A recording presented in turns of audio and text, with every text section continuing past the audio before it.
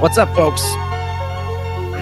It's another Monday, another month in this year. I guess we're gonna have a little special episode. Have a special guest. I mean, everyone's a special guest here on this channel, but this guy, he's another movie guy. I love it. All my friends are music nerds, so it's cool to actually have a movie guy in here. We're gonna have Tyler Wolff in here. I hope I'm pronouncing his last name right. We also probably have a cousin pop in. You guys know the drill. If you got a link to join, please come on in. If you don't, then you're not invited. Let's see here. How do I turn my camera on? Yeah. Joining you live from a new location today, undisclosed area. I'm in Austin, you guys. The secret's out. All right, I'm back in Austin for the week. Anyway, let's go. Without further ado, let's go ahead and bring my new friend in here, Tyler Wolff. How you doing, buddy? I'm doing all right, and you? Doing great. Lovely Monday. Yeah, decent weather where I'm at, apparently. I went for like an hour and a half walk, and it was my winter jacket just wide open. I couldn't believe it. Oh, so that's like different for you, huh?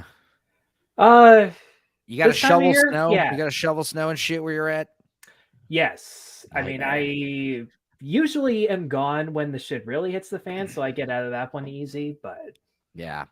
Well, normally I like to keep us like nice and tiny because I don't like looking at myself all the time, but I guess we're going to, let's go ahead and bring attention. I love your, you got the movie posters and, what was it? I was watching, one of your reviews. I can't remember which one. You got a poster of, what's it?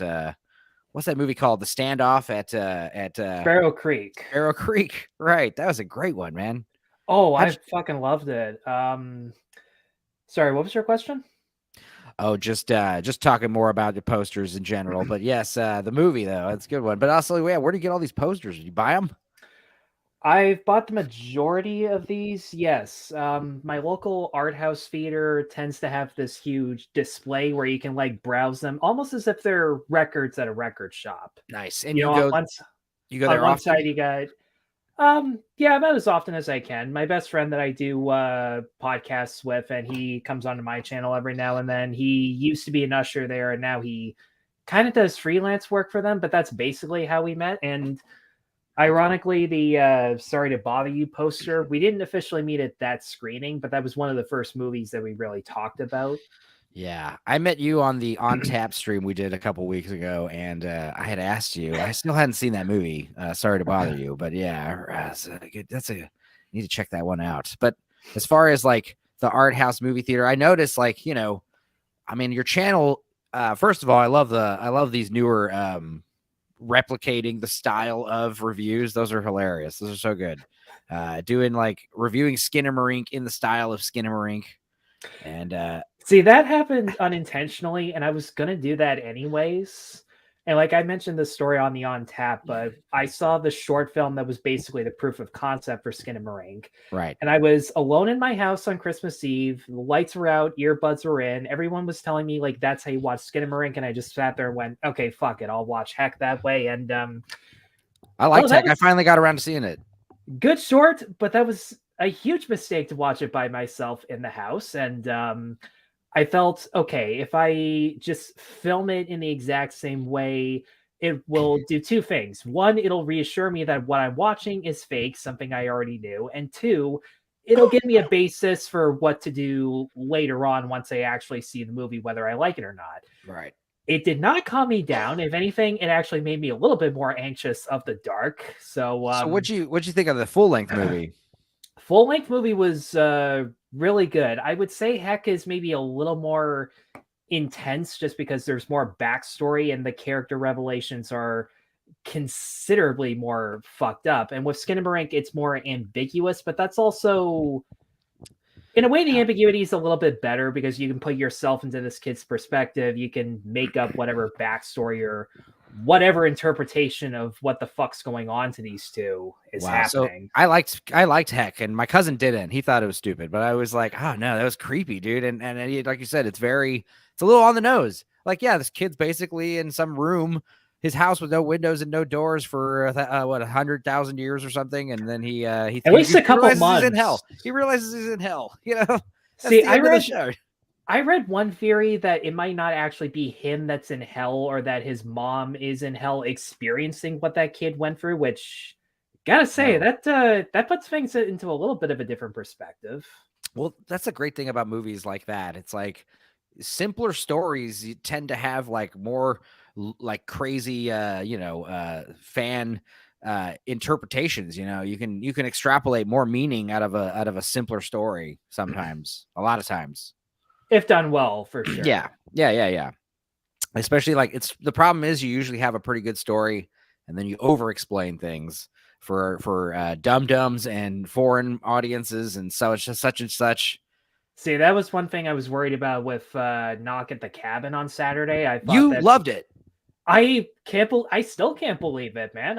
You said it was like his third best movie or some shit like that. Shyamalan a Ding Dong. Out of the stuff that I've seen of his, because like I haven't seen every. Right. I didn't see The Village. I didn't see Lady in the Water, just because the reputations behind them. Water is like there's no point. So bad we should watch Lady in the Water. Lady in the Water is ridiculous, and he's definitely like a full blown fucking narcissist at this point, because like when he's in interviews, for sure, dude. The Lady in the Water, the Deus Ex Machina.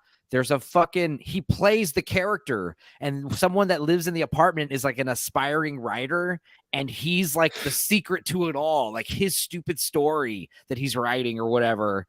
And it's like, dude, ego, come on. Like the fact that he plays the character too. Like when he played like the drunk driver in Signs, okay. When he had like a tiny 2-second cameo in Sixth Sense, sure. But I don't even remember that. He's like some background character, and like a standard Alfred Hitchcock cameo. That's how this should be. He's the guy walking the dogs in the background. That kind of shit. You know what? Knock at the Cabin might actually have my favorite of his stupid 5-second cameos. What is he doing? He's an infomercial host selling you air fryers for fried chicken. Hell yeah. Which I love how air fryers are just convection ovens and nobody's like realizing it. Like, they work. Yeah. I'm over here at my friend Megan's place, and she's got the Instapot, and I'm on it. I'm on board because I love slow cookers and I love pressure cookers, but this thing does it all, man. I'll get my mother one. Oh yeah, definitely get your mom an Instapot. Mine uses it for just about everything. My mom's like elderly, so it's like, trying to make everything easy for her, but I'm not around. But back to Shyamalan Ding Dong. You liked now. Give me a loose spoilerish plot about this movie here. Okay, so it's basically this one couple and their daughter. They're vacationing in a cabin in the middle of somewhere in Pennsylvania because it's Shyamalan. He's got to put all of his movies in Philadelphia just out of pure love, kind of like how John Hughes, it was always Chicago. The Farrelly brothers, it was always Boston. Yeah. So right. Anything that's not California or New York, that's fine by me.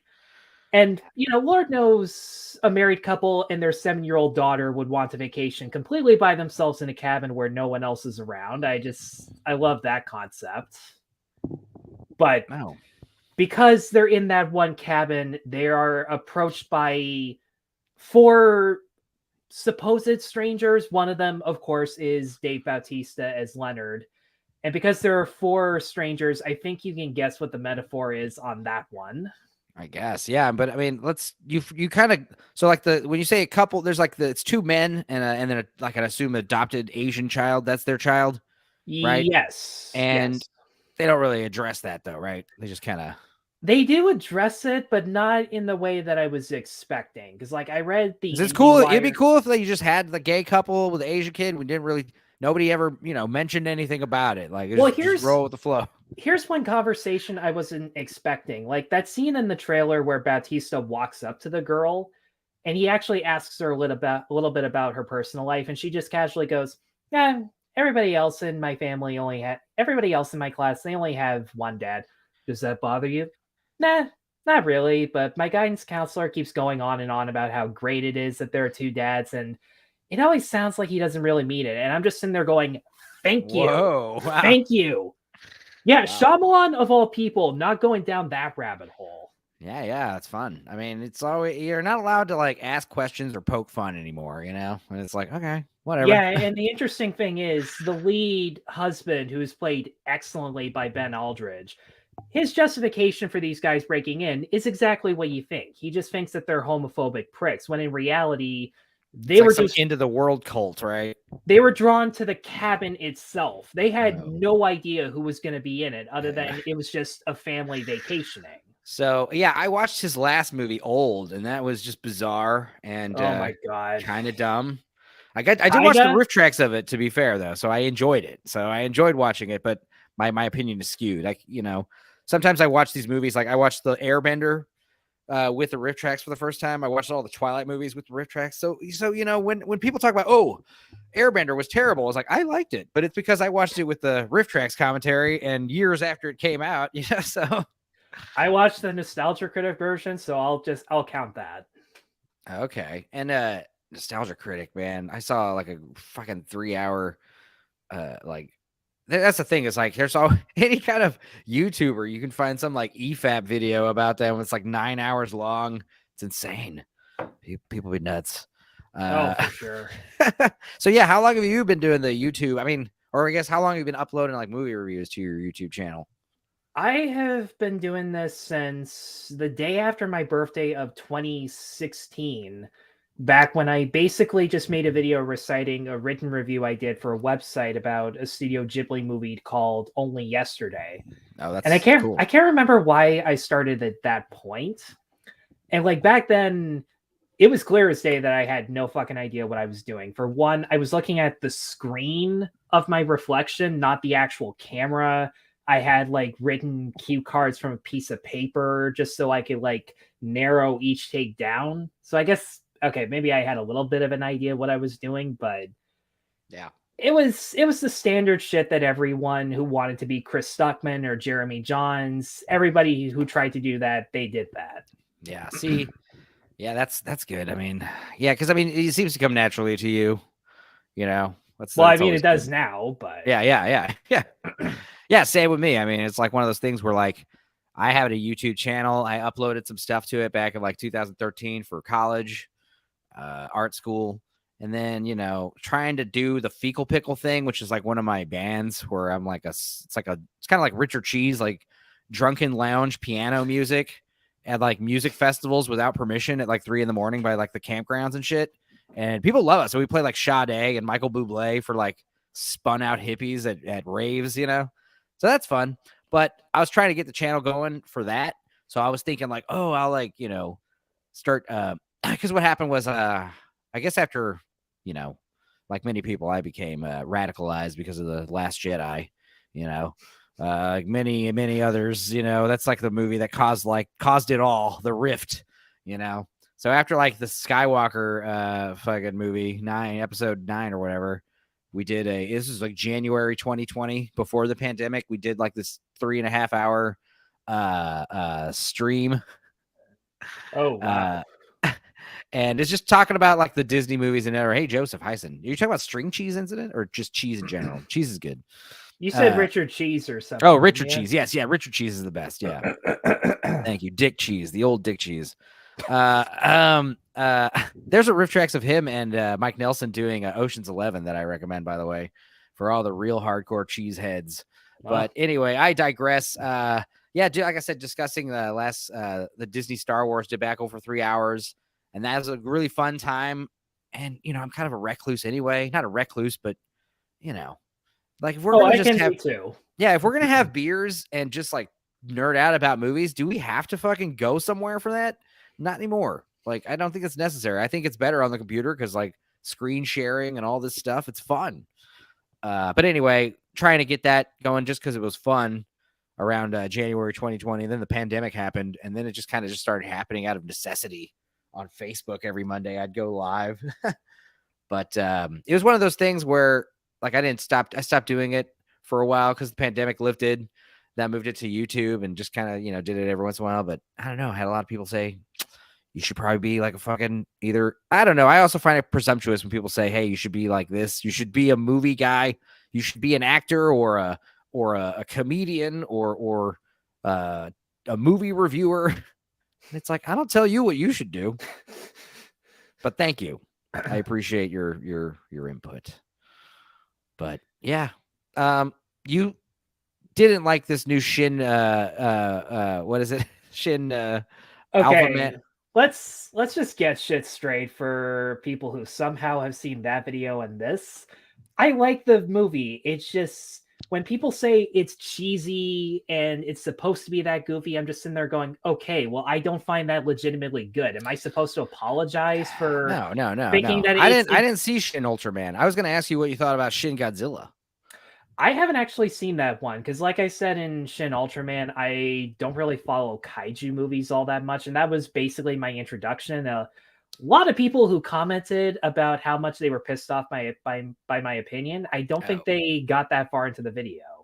Yeah, that's funny. I mean, I'm gonna be honest. I didn't even see the video. I'm over here just looking at your. It's channel just right now, 25. you know? It's just 25 minutes of my friend and I just losing our shit and laughing. Right, and this was your best friend. That's why I brought it up because this is the guy you're talking about that worked at the movie theater. Okay, I got you. That's right. Yeah, and then Babylon. We had talked about this on Tap, but I had some other friends I had some other friends talk about they were gonna watch it tonight, and it's like, yeah, let me know. Yeah, what and you guys think. a ton. You're either gonna love or hate it. I kind of fall in between. Like I knew the first time I saw it that there were things I really enjoyed about it. I really like Damien Chazelle as a filmmaker, but this was the first one of his that lost me a little bit, and I knew I had to go back and make sure I missed some stuff.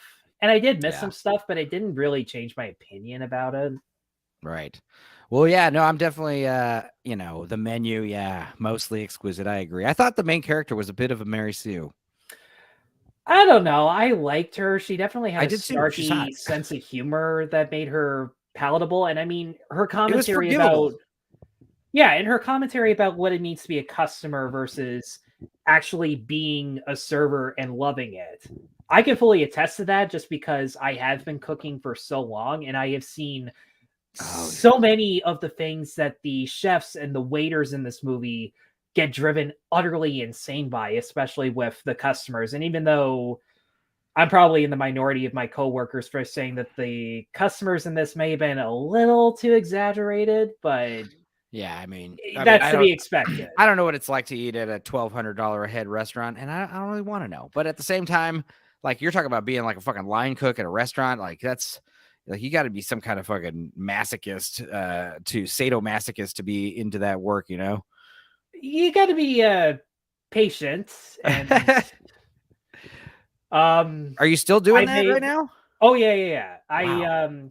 I get lucky. My restaurant right now is doing these meal kits, which are basically private good eats type of things for our customers. Okay. I know for a fact that one that we did was a lasagna with a chorizo marinara sauce that I made from scratch. And yeah, absolutely. Chorizo, dude, anytime I make shrimp tacos, I don't even season the shrimp. I just cook them with chorizo, dude. And like pickled onions. One of the greatest discoveries of the pandemic, chorizo sausage. For you? Oh, I grew up in El Paso, dude. Chorizo is like, chorizo and eggs. Chorizo in your queso dip. Chorizo, dude, just chorizo is so good. I mean, it is a little greasy and oily, but damn, dude, it's insane. And I like beef. I like beef and pork chorizo, you know?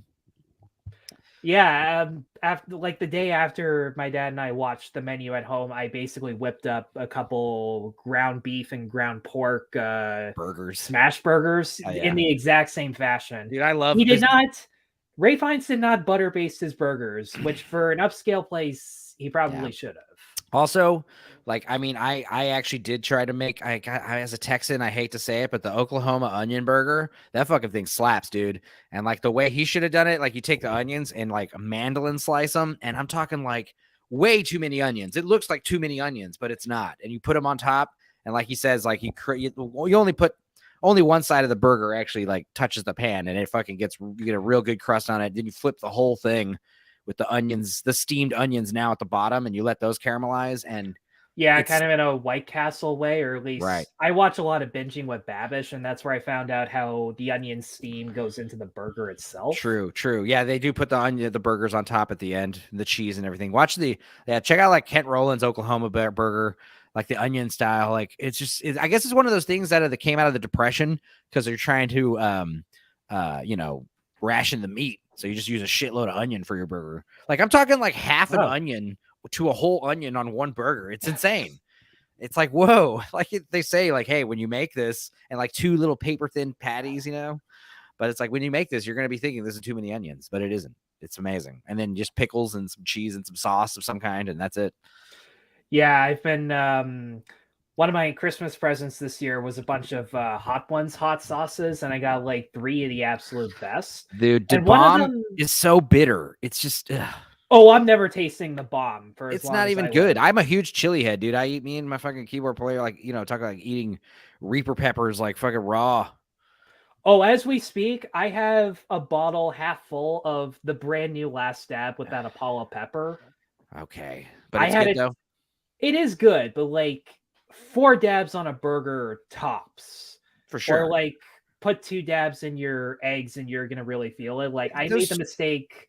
I made the mistake of putting a teaspoon's worth in my scrambled eggs once, like after they cooked. It felt like I had food poisoning for the rest of the day. I had maybe like 6 tablespoons of Yeah. Pepto afterwards and didn't shit the next day. It was great. I've told that to people. Like, if you're ever going to eat like a Reaper pepper, it's basically like giving yourself food poisoning. Just FYI.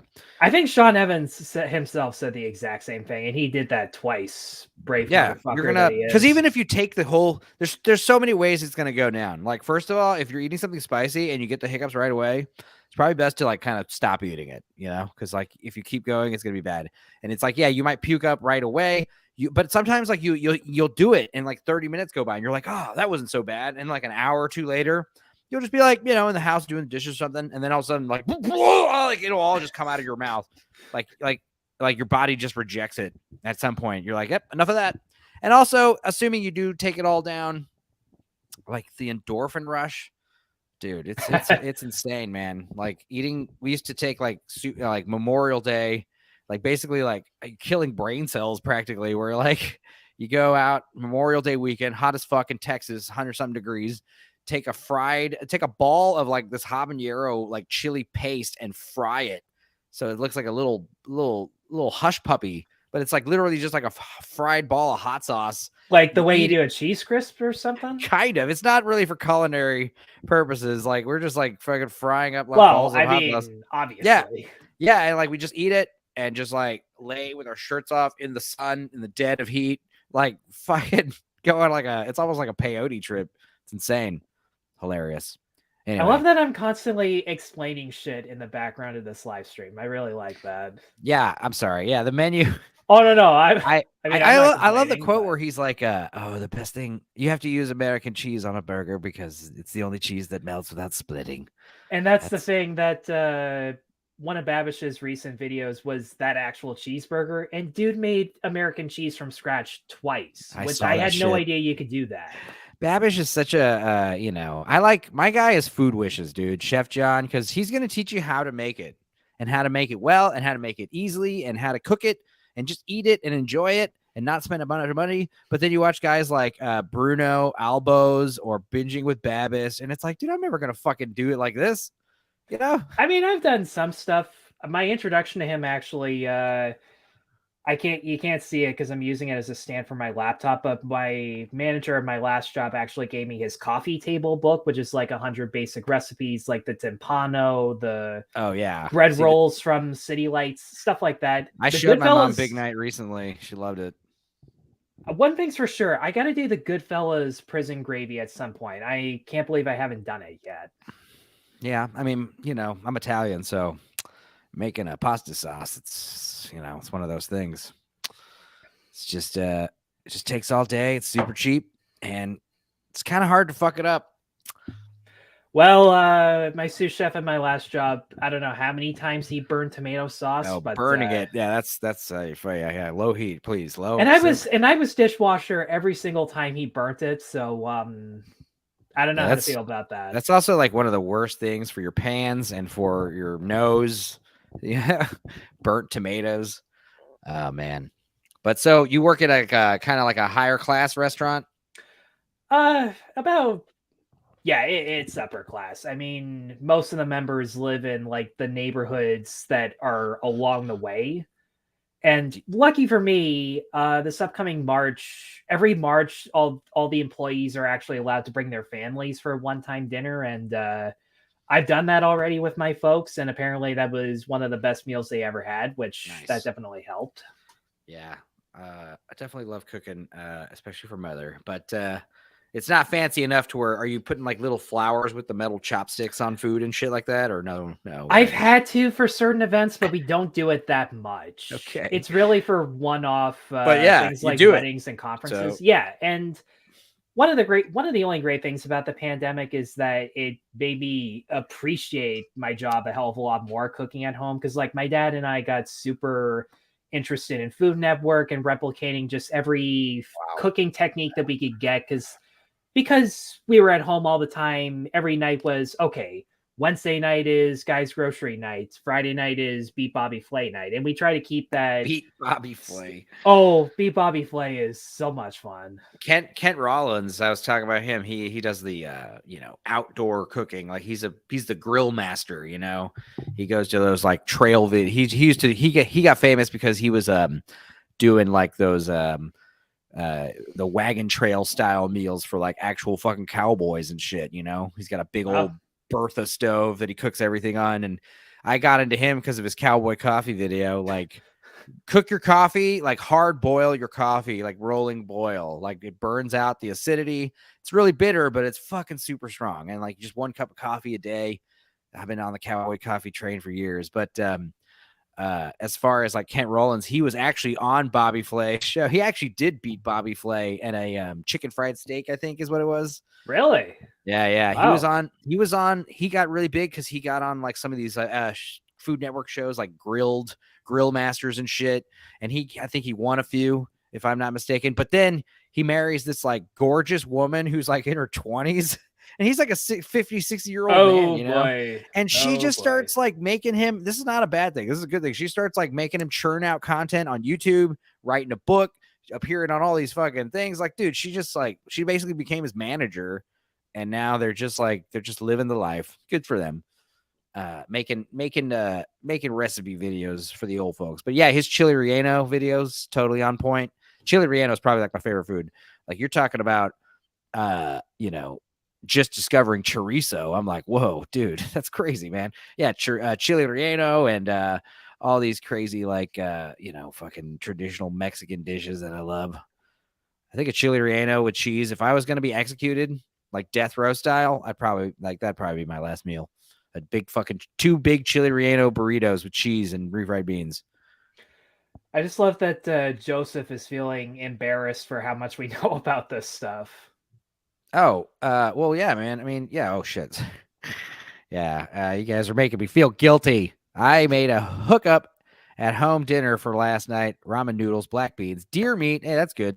And sweet teriyaki sauce. Yeah, I've never had deer. I've never had deer meat. So you never had venison?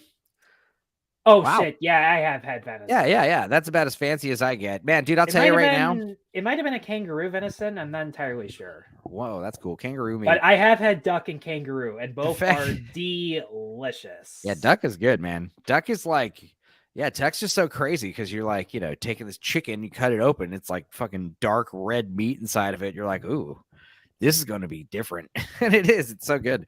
My sister's actually given me crap for the fact that our restaurant has served kangaroo at one point. Oh, what a poor helpless animal you served. And I just looked at her and went, so how was that dinner that you made for mom and dad where you served a poor headless childless chicken parmesan?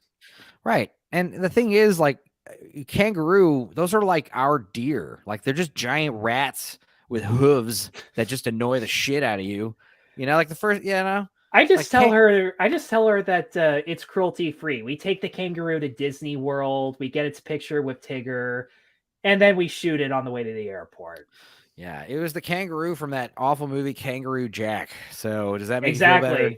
Oh, you know what? I didn't watch the live action version, but at a friend's house, I had to watch the cartoon sequel, and God, even that wasn't good. There's a cartoon sequel to Kangaroo Jack? Yeah, so instead does the kangaroo actually talk in this one?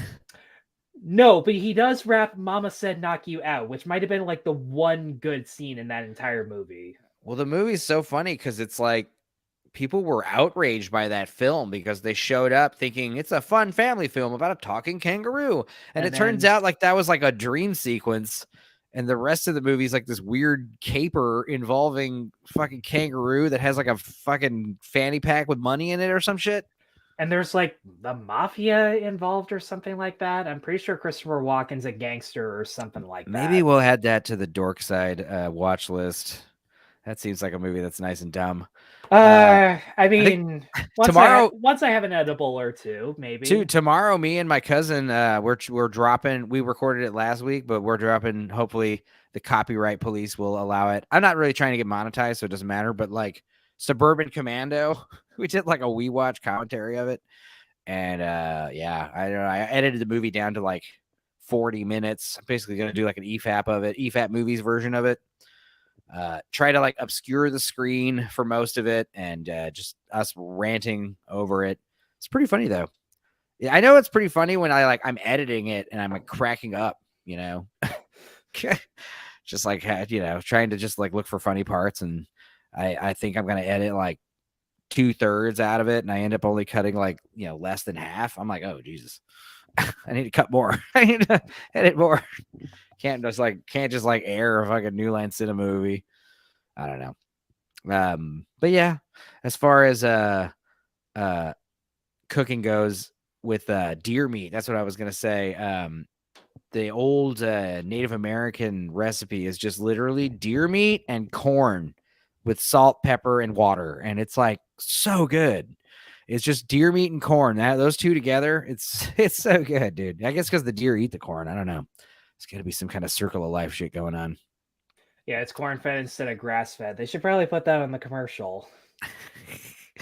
Yeah. So you just kind of on your spare time just do funny ass movie reviews. That's good. And I like how you keep your reviews nice and short, you know. Well, the I ones that feel you mentioned, yes. I've had a habit of stretching them out to like 10, 15. In some cases, like the Babylon one went on for about 20 minutes, something like that. And generally it was because, yeah, that is absolutely true. I mean, that's the thing is people ask me like, oh man, I had this old guy, Billy, a friend of mine. He's like, saw my channel. He's like, yeah, man, you can't be watching 3-hour podcasts. I'm like, I don't really expect you to, man. Honestly, they're for my entertainment more so. And that was my justification for it. And I was also adding in so many details that other reviews just wouldn't talk about. One of my big influences when it comes to movie reviews isn't actually from other movie reviewers. It's from video essayists like Every Frame of Painting or Royal Ocean Film Society. I miss Every Frame of Painting, and who else? Royal Ocean fills that gap in my opinion, because like that guy has a very similar voice to him and a very similar like deadpan. I loved Captain Christian. He still comes out with he's done a couple new videos recently, but he makes a video like fucking like once a year or some shit, and they're always nice and short, but they're always like, real. Like he did a video. I don't know if you know Captain Christian, but he did like a video on like Miyazaki, for instance, but he only focuses on the sound in his movies, like the sound that he uses. And then he did another great one talking about like the Superman animated show was really like the height of American animation, and how he was just breaking down like a lot of these like just simple movements. The fact that, I don't know, just like stuff that you didn't really understand this, you didn't really think of it that way. And another guy who I've been loving lately is collative learning. I don't know how to Don't say look it. at me. Yeah, COLLATIVE. Anyway, collative learning. He's like this Irish guy or something. And dude, I'm talking like totally like transformative film analysis where I got hooked on him because his video about the birds and how the birds is all just a giant metaphor for female jealousy. And he just breaks it down in 45 minutes, and it's mind blowing because it's like, okay, there's the main guy, and then there's 4 women. There's the main guy. There's the mother. There's the new girlfriend who has got the hots for him. There's the younger sister, and then there's the ex-girlfriend, the school teacher. And anytime one of these 3 women interacts with the new women, there is bird attack. Okay. And even the name, the birds, that's like what the English call women. And it's just very, very, I don't know. Yeah, it's hard to disagree with him. And then he also does like more, and I was telling Joseph about him. Yeah. Joseph was falling down that wormhole. He does like an hour-long video about just like the production design of Blade Runner stuff that, like, I mean, you notice some of this stuff, but a lot of it, it's like he's going through it with a fine-tooth comb and the Blu-ray, just talking about like, there's all these people like walking around everywhere you go in all different directions, signifies the overpopulation problem. All the smoke, every frame, there's just constant like stuff happening. Like there's smoke and little things blinking, and there's always activity. Like there's never like a still frame in the movie hardly. And just a lot of great stuff. And he's one of those guys that he just seems to be on YouTube full time, just producing content. I don't understand, Yeah, I don't know how you can accomplish that, especially this day and age. Some of the YouTubers I follow, they like releasing like 3 or 4 videos a day, or one giant video a week. Yeah, I'm kind of jealous how Brad Jones just shoves a review out as often as he can, which the fact that he has time to see as much as he does, and the fact that he willingly watches as much as he does. Nice. That's really something. Yeah, and then these people who that's the thing about these reaction channels. That's kind of what I'm trying to do, I guess, now. Or I guess what I'm gravitating to. These rewatch videos, they're so fun, Like last week we did Suburban Commando, which I'll release tomorrow, but we also recorded Just One of the Guys, that 80s movie where that girl pretends to be the boy at a different high school. And then we watched Flubber with Robin Williams. And then there was a third movie. What was it? Oh my God, I can't even remember. It was funny though. Had a good old time.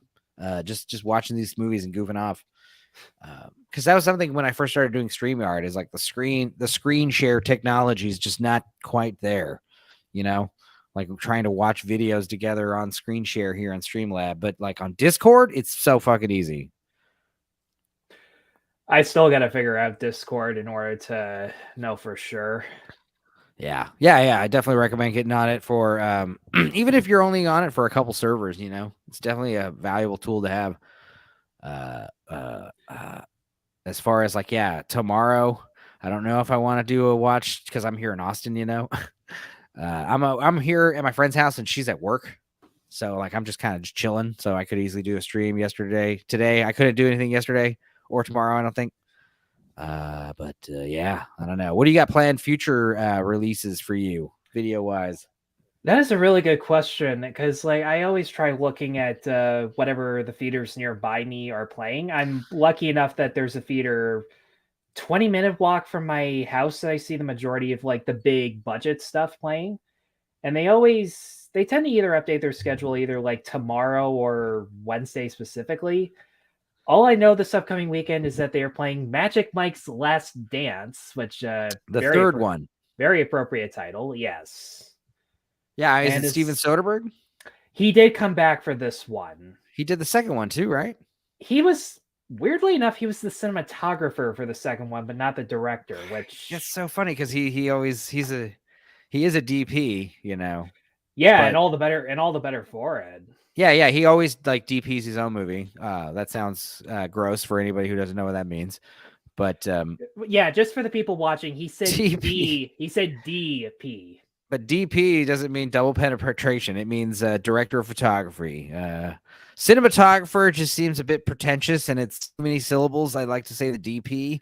And cameraman's too simplistic. Yeah, the cameraman works for the DP. Yeah, he's the one that says, "Okay, fine." There, happy. Well, Joseph, I'm glad you're watching. Also, Joseph ever wants to come in on one of these streams, man. I would love to pick his brain. Yeah, didn't he join the? Yeah, he was on the Untapped stream.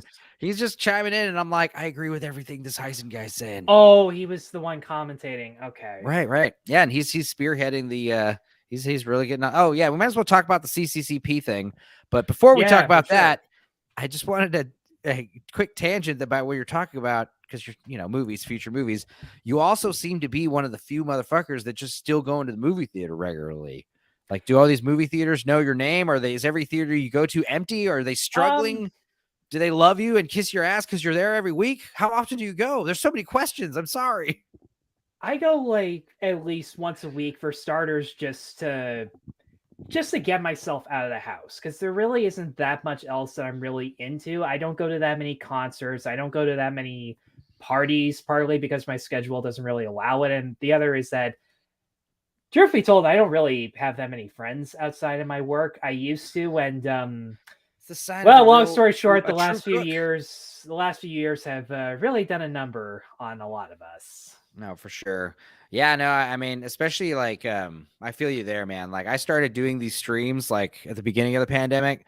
By fucking the end of 2021, like, I remember I'd done a few streams about like, defending Gina Carano and just like saying just like shit that I don't have any fucking I'm not, I always tell people, hey, if you ever want to cancel me, you ever want to unfriend me for some bogus shit, please like and subscribe my YouTube channel or my face. Yeah, start following my. You'll definitely find me say some stupid shit in these if you kept, Yeah, the unfortunate thing is my coworkers at my last job, quite a few of them didn't really like the opinions I had to say the past few years. But yeah, fuck them. A part of me did realize that I wasn't very open about myself. I was the one that during lunch break just sat back and listened and just thought, you guys are fucking crazy.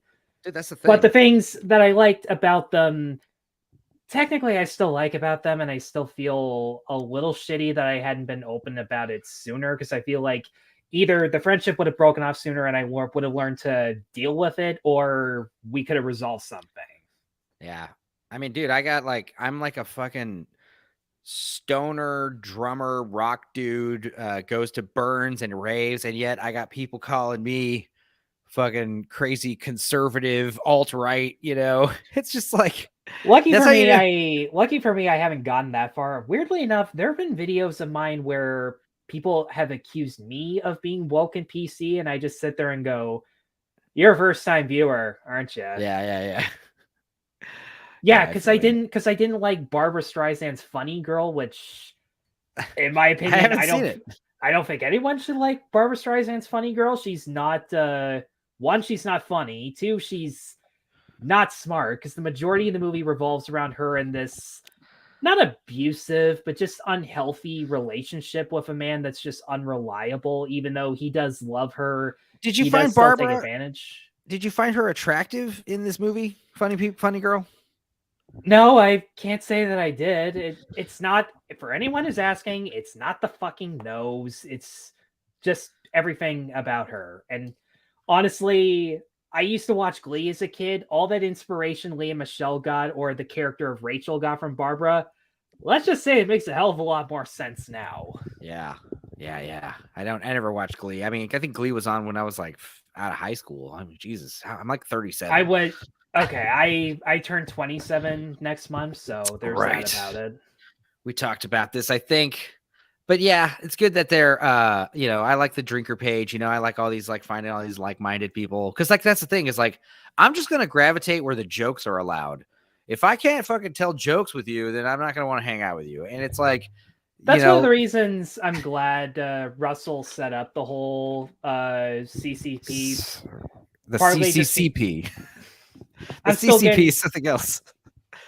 He wanted an acronym, and dude, the thing is, I really loved the first name, the unspecified group of unspecified origin.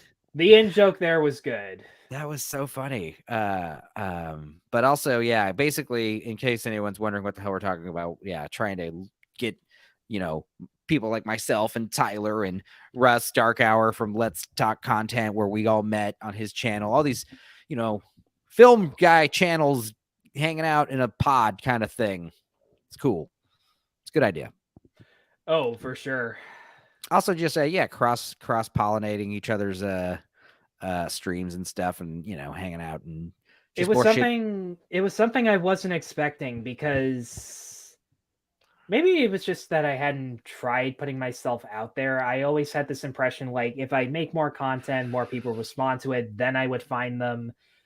And then that didn't end up happening. I mean, I found a few recurring subscribers, especially during the pandemic, where every single day I put up a video of like a classic 2D Disney movie, partly because one, I wanted to. That was the main reason I got Disney Plus before all of this shit even started. And the other was, okay, I'm stuck in my house for months. There are no movie theaters to go to. I got to bring the movies to me. And it was pretty solid, where I would film like 3 or 4 videos per day, and then I would schedule them on like a daily basis when I ran out of stuff to do.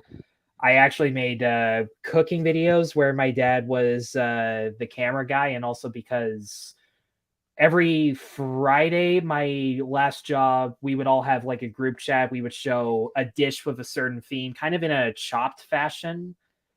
And there were some good times. I mean, one of the diners, drive-ins, and dives from home was a spaghetti waffle. My dad and I looked at each other and we just went, "Hey, Hell yeah. we're doing that, right?" And I That just sounds went, great. and I Do just like a went, "Two of garlic those." bread waffle? That sounds amazing.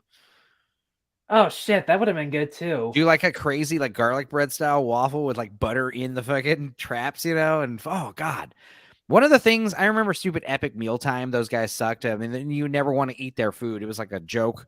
I I don't mean, know that what. was my friends in grade school made me watch a couple of those, and I mean, I laughed, but more as a defense mechanism. The only one that I thought was actually cool that I would want to try, there was something called the Death Star meatball. And what it was a gigantic meatball, like the size of a basketball, that was stuffed with like spaghetti and marinara sauce and cheese on the inside. And I was like, that actually is badass. I don't know how to do it, but fuck, like, okay. Yeah, last thing Epic Mealtime I ever saw wasn't actually Epic Mealtime. It was the host getting into a roast battle with Jeff Ross and Right. actually kicking his ass. He had some pretty good jokes there. Yeah, Harley or whatever his name was. Yeah, that was back when YouTube was a different thing, Back when it really was just nothing but memes. Fun, funny. Everyone on YouTube is now trying to like have a voice, put themselves out there. And also, I'm here for it though. I like YouTube. It's a great. Yeah, part of us navigating towards people that can take a joke or open to different ideas. That's the other thing. Did you gravitate towards Twitter, where like the idiot, the safe people are, or did you gravitate towards YouTube comments, where it's kind of fucking? I've gotten more towards YouTube comments. Like I quit Twitter like years ago just because I should have learned my lesson when all this shit started. But I think I was just we were all so desperate to like communicate with each other that it makes sense why things intensified. Right. But yeah, I have a habit of just posting a comment and not really looking at the replies because I know that I'm not going to be satisfied. Like that one guy, Charles Perallo, who makes a lot of 60-second news clippings.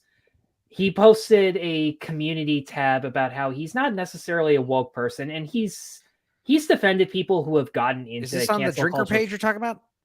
No. This is a mainstream YouTuber who like makes money off of YouTube Shorts. Okay. But he posts on his community tab on a consistent basis, and all the more to him. He's gotten a lot more viewership from it. But he posted about how one thing he hates hearing is how things have gotten more woke over the years. And he gave a bunch of examples about how cartoons especially, used to be progressive and diverse already. And I just wrote back, well, yeah, that was absolutely true. Your examples are 100% valid. And I watched those exact same shows growing up, but the problem is the shows we have now are louder about it. They're not subtle whatsoever. Right. Someone's skin color, their gender, their sexuality, it matters more than like personality traits or a character arc. And if you question all of that, you're somehow a conservative and all right. And I typed, right.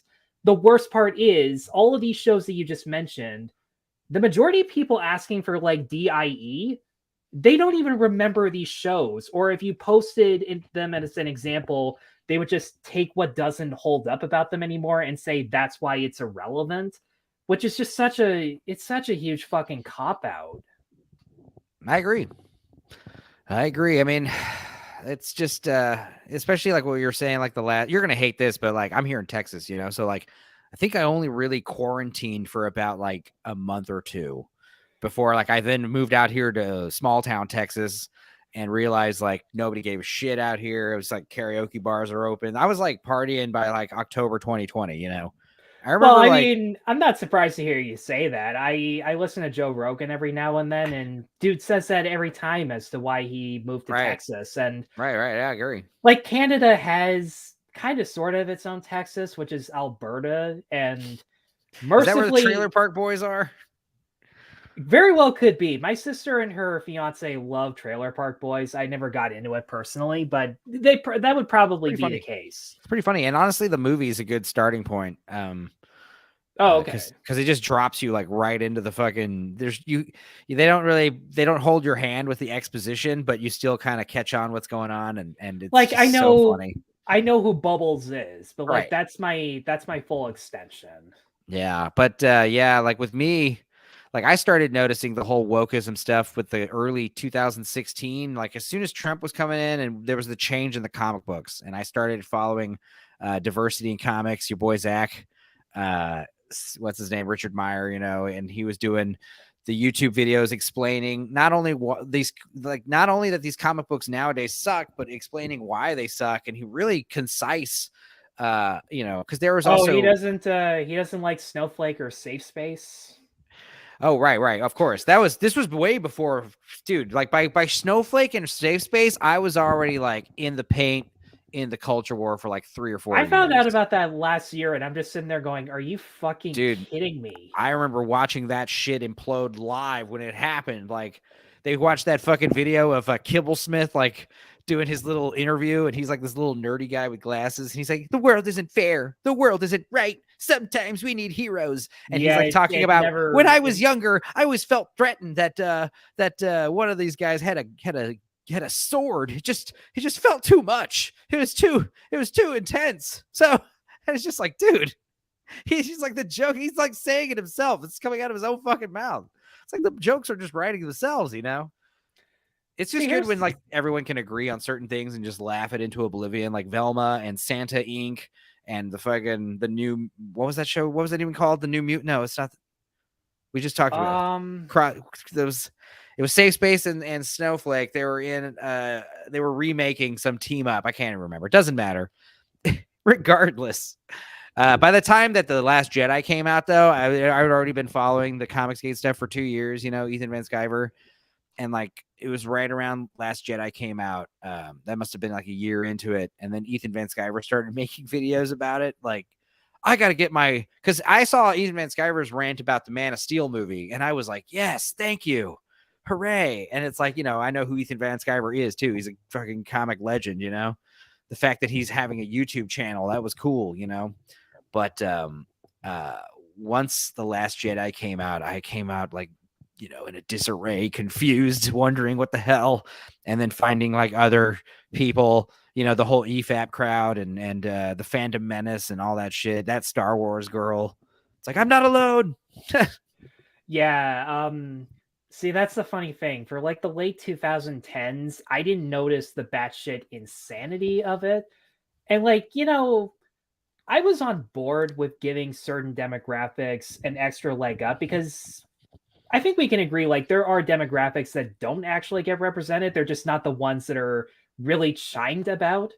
Like everyone talks about certain races or gender, and I'm just sitting there going, yeah, I mean, there's also people who are in wheelchairs. There are folks like myself who are autistic, and yeah, we have examples, but most of them suck, mainly because they go by the mainstream definition of what's considered by that.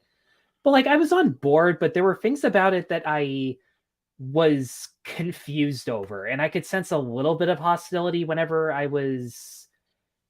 challenged them on it, but we would forget about it 5 minutes later. And it wasn't really until we were all crammed in our houses, we didn't talk in person, that I noticed things were getting more intense, and that the ideas and the regulations behind it were making less and less sense. Like the new academy rules were, what is it, like a third Oh, of right. Yeah. like 30% of the nominees have to be of a certain race or something like that. And I'm just sitting there There are going, so many previous winners that would not have won now because of these new rules. yeah. And as soon as I heard about that, I'm just sitting there going, okay, so Denzel won twice. Whoopi Goldberg won, I want to say Sidney Poitier won once fair and square back in the day where like that wouldn't have happened anyways. He was the first black man to win something for acting. Not the first black person like in general. Like that was Hattie McDaniel. Right. And that was like in the 30s or some shit. No. Where she couldn't even go to the fucking premiere of her own damn movie. I want to say there was another African American who won an Oscar previously, but it was for something technical. But I could be mistaken. That could very well be. But the point is, yes, black people have been winning Oscars for 100 years, you know? And it's like, yes, it's not you know, obviously it's not 50% of the Oscars or 33% of the Oscars, you know, but I mean, now it's just like sometimes that it's you don't know who's going to win. It's like the chips fall where they may. Well, the ironic thing is with these rules in place, people are still complaining over which people got nominated and which one didn't, because there's that whole thing about how did Andrea Riseborough get nominated, and everyone's going, well, it should have been Viola Davis for Woman King or that lady for Till, and I'm just sitting there going, did you see Woman King? Because I mean, no fucking way. I was like, you might have, because you seem to be seeing a lot of movies. I was like, I would love to, like, maybe we'll throw that on the I've gotten more selective about which movies I've seen. Spend money on. I literally put a letterboxd list of stuff that I wasn't going to watch, and I made it explicitly clear why I wasn't going to watch some of these, and I made it clear that inserting the message in there was going to be a problem. About 5 minutes later, somebody commented, do you honestly think people have the time to read about this or understand or even care why you're not watching? And I'm like, well, if you're going to comment in such an angry fashion, yes. Yeah. I mean, how do you feel when you like go to the movie theater and you spend money on like a shitty movie? And you're like, damn. It's like, it used to be like, oh, I wasted my money, but now it's like, I'm supporting evil, you know? I don't know. Well, I don't go into the supporting evil thing just because I'm joking. There are a couple of reasons. For one, you never really know if your fears about a movie like this are going to come true. And not to mention, there are people sitting around you that want to support it, that are contributing more so than people who are just watching to critique it and nothing more. It's so funny. Like, you're in a movie theater and the only people there are like other guys who have movie review channels. It's like the only reason that would be amazing if that were the case. Like, that is yet to happen for me. Those are the only people that are like still going to current movie. Cause like I'm the point where like I want to see a movie. I still haven't seen Avatar 2, and that was the movie I wanted to see in the theaters.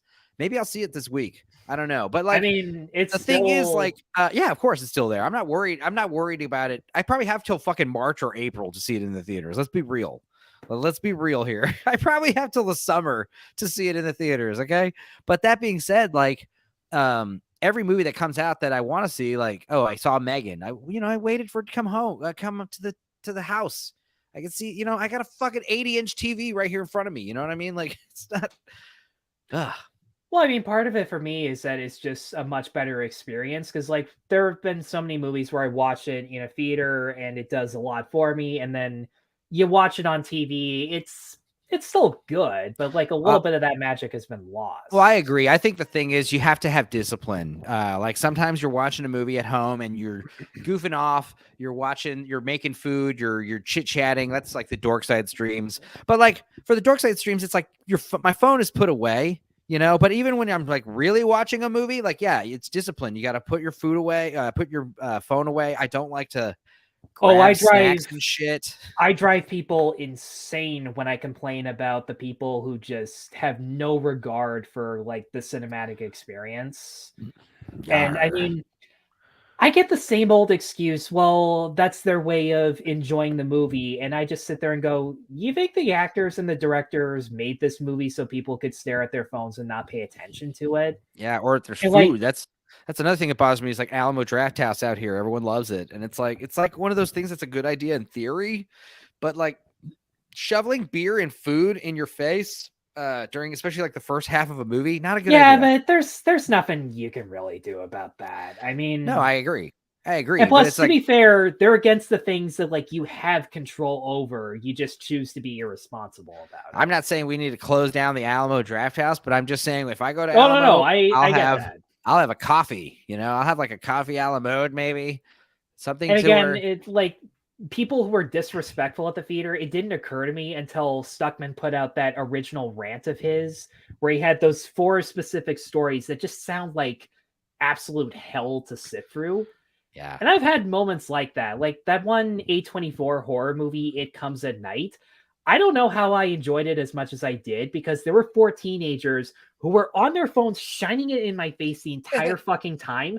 And I know that I got under their skin because in the bathroom afterwards, the boyfriends actually apologized to me for how their girlfriends were acting. Oh, it was the girlfriend's phones?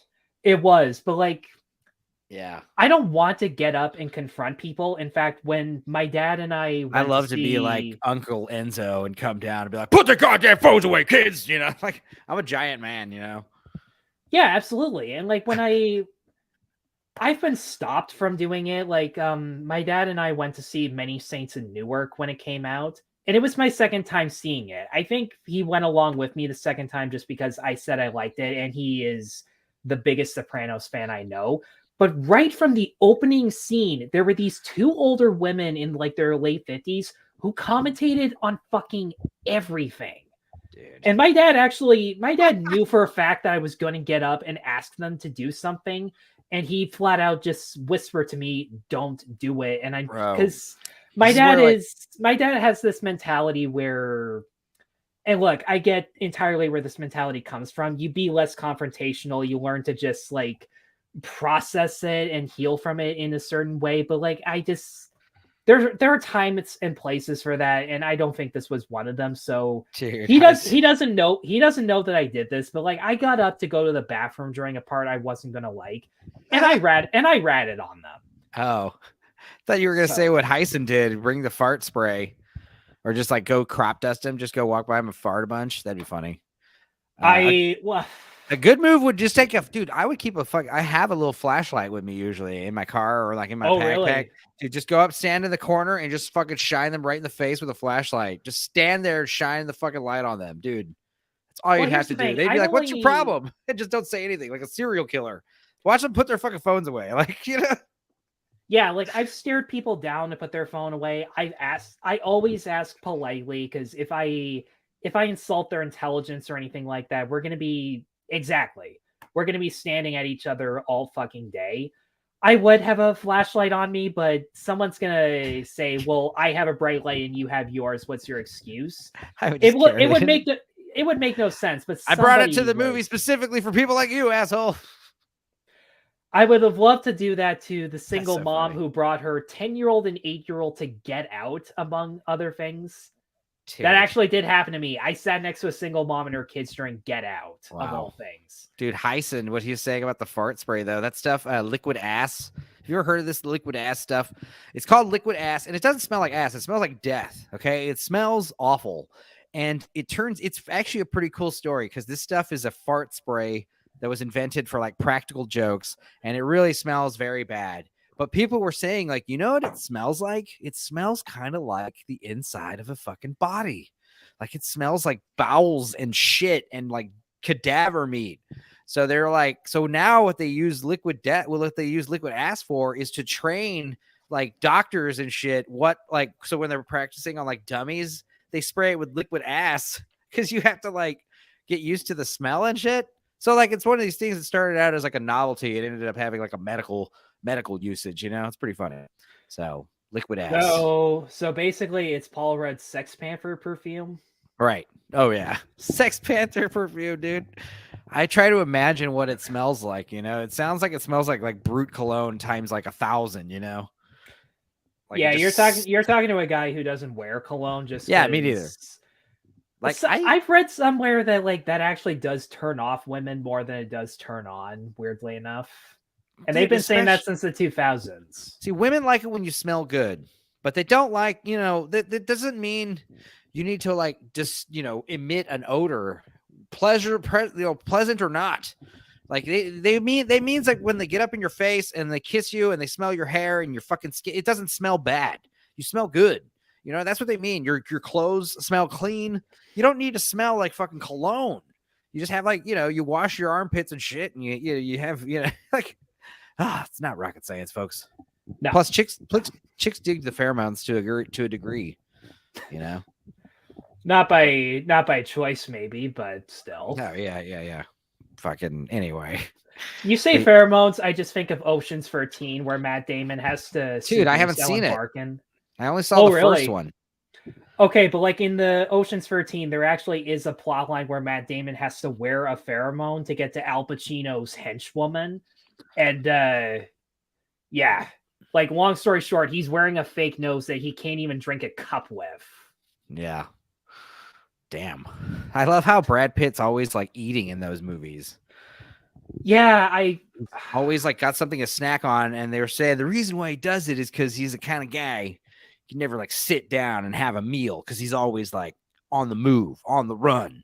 So the idea that he's always constantly grazing and snacking and eating when he can, and it's just like, yeah, but it's also distracting.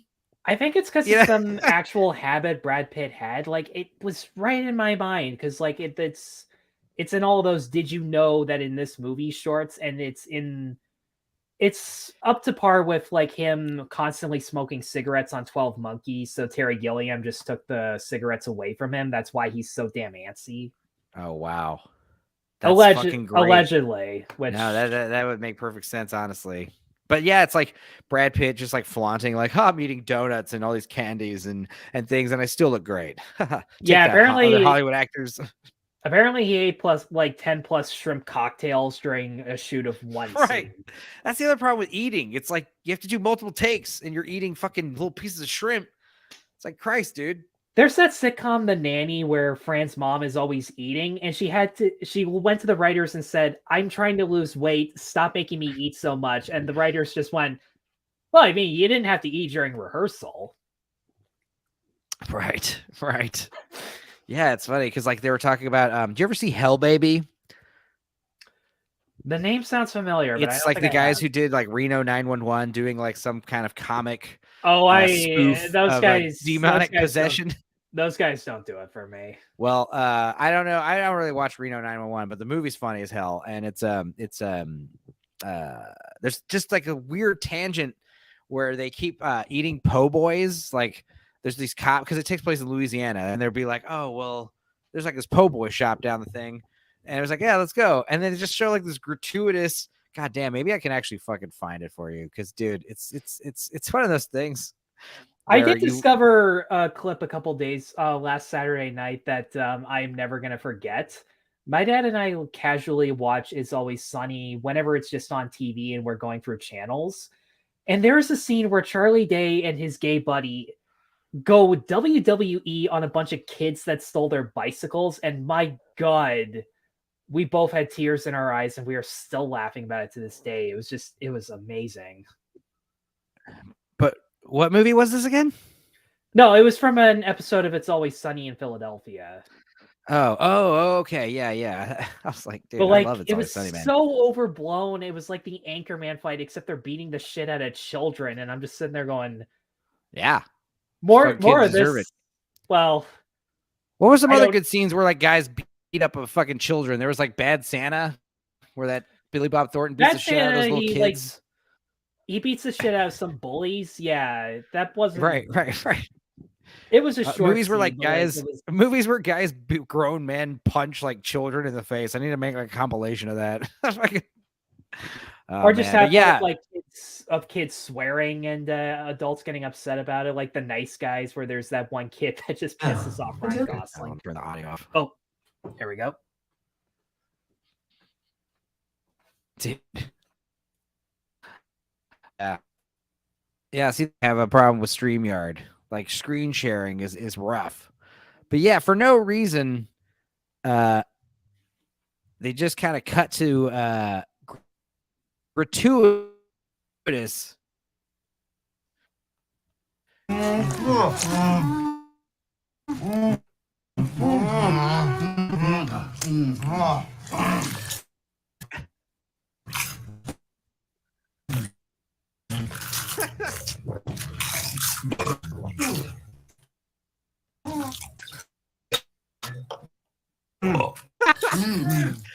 Anyway, it's like one of the, it goes on forever, and I think they even do it again a second time where they go back to the same restaurant later in the movie. Oh, I don't know, but But as far as like gratuitous eating scenes in movies, man, that one always takes the cake, man. Gratuitous Yeah, eating. Tyler There's Wolff, the that. channel. There's What else? yeah. Obviously, Monty Python, The Meaning of Life. That's the best gratuitous eating scene of all time. You know, it's literally I'd the forgotten. movie. The scene's I'd about. forgotten about that. Oh, that See, scene's weirdly enough, engraved in my memory. in health class, I had to watch the "Every Sperm Is Sacred" musical number. I'm not entirely sure why, but then again, in health class, they also showed us John Cleese and his wife teaching literal sex as a sex ed class, and then it out of nowhere cut to like a rugby fight between the teachers and the students that was up to par with that Always Sunny clip. I love that shit. Yes, yeah, that's another scene. Grown men beating up fucking children. Yes, dude. Where's it's that like from? What do you mean? What Joseph said. I'm not. Yeah, sure I don't know the the scene. I don't know this bit that he's talking about, but that sounds funny. Sex or weightlifting. I love to like listen to women's like tennis and just close your eyes and just like listen to them like like it's fucking it's hot. It's like, you know what?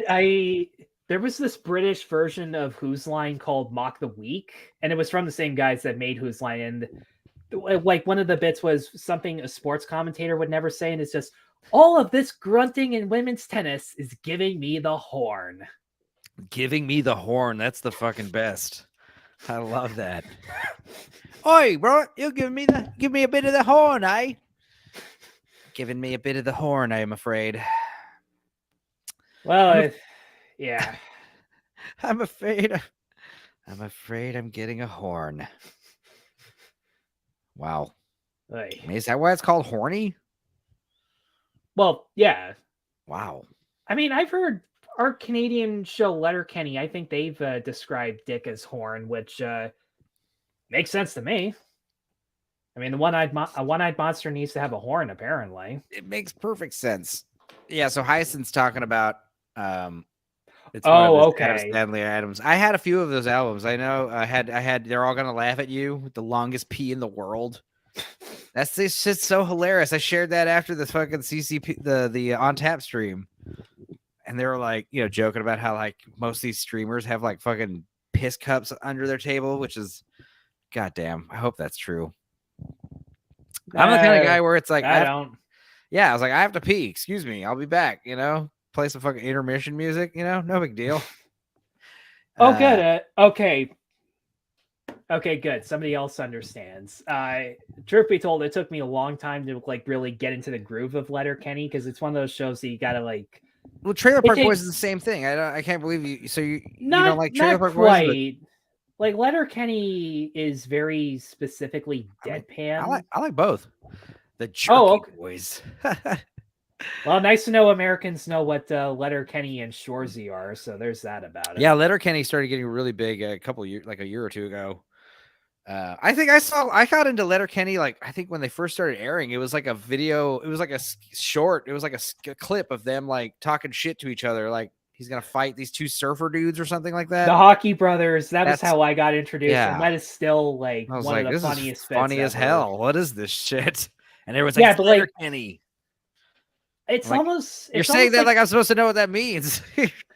Yeah, I would describe Letterkenny kind of like Canadian Wes Anderson, is that it's very deadpan, but it's also very fast and very specific in how it looks, too. Honestly, another big reason why I don't like to go to the movie theaters, no subtitles. And things like Letterkenny and other shit like that. It's not just like, I want to read the movie. It really helps you understand what the fuck you're watching better. You learn characters' names easily. You understand like people's fucking what's going on better. I don't know. Yeah, like all these complaints about how the closed captioning service devices aren't working. Just put fucking subtitles on. You literally only have one chance to listen to what these people are saying. Just put it up there. Yeah, I would not be opposed if like movie theaters just had subtitles as a norm. Like Jesus, I would open a movie theater, dude. I would open a movie theater and it'd be like, it's called the subtitled movie theater. Like we have movies with subtitles. Come watch and read your movie at the same time. Oh, I got a name for a theater. The closed caption. There you go. Fucking A. This is why This is why you get paid the big bucks.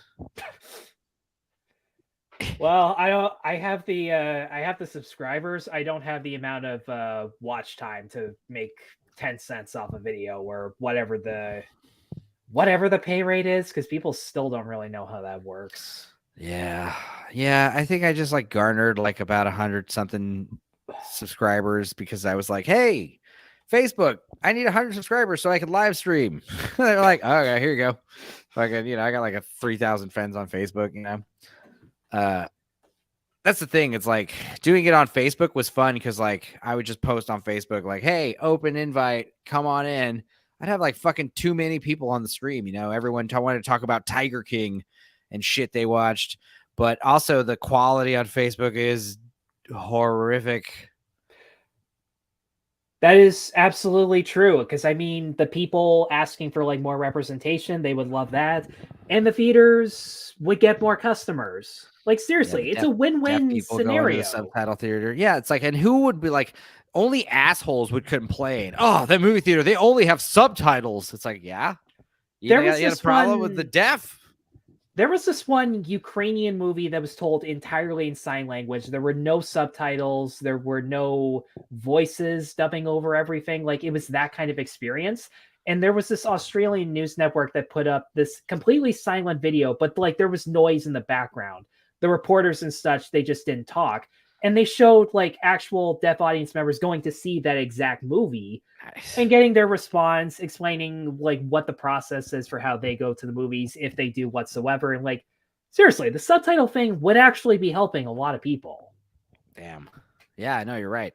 Well, you know what I think would be a good idea too, or maybe an awful idea, is cater to people who are blind. You have them sit in a special seat, and then someone like myself sits next to you and in the theater, and I just kind of sit next to you, and I'm like, okay, so right now you're seeing a sunset. And then there's a sunset, and behind the sunset, the camera is crane shotting over the quaint house. A part of me wonders what would happen if we got like a described video.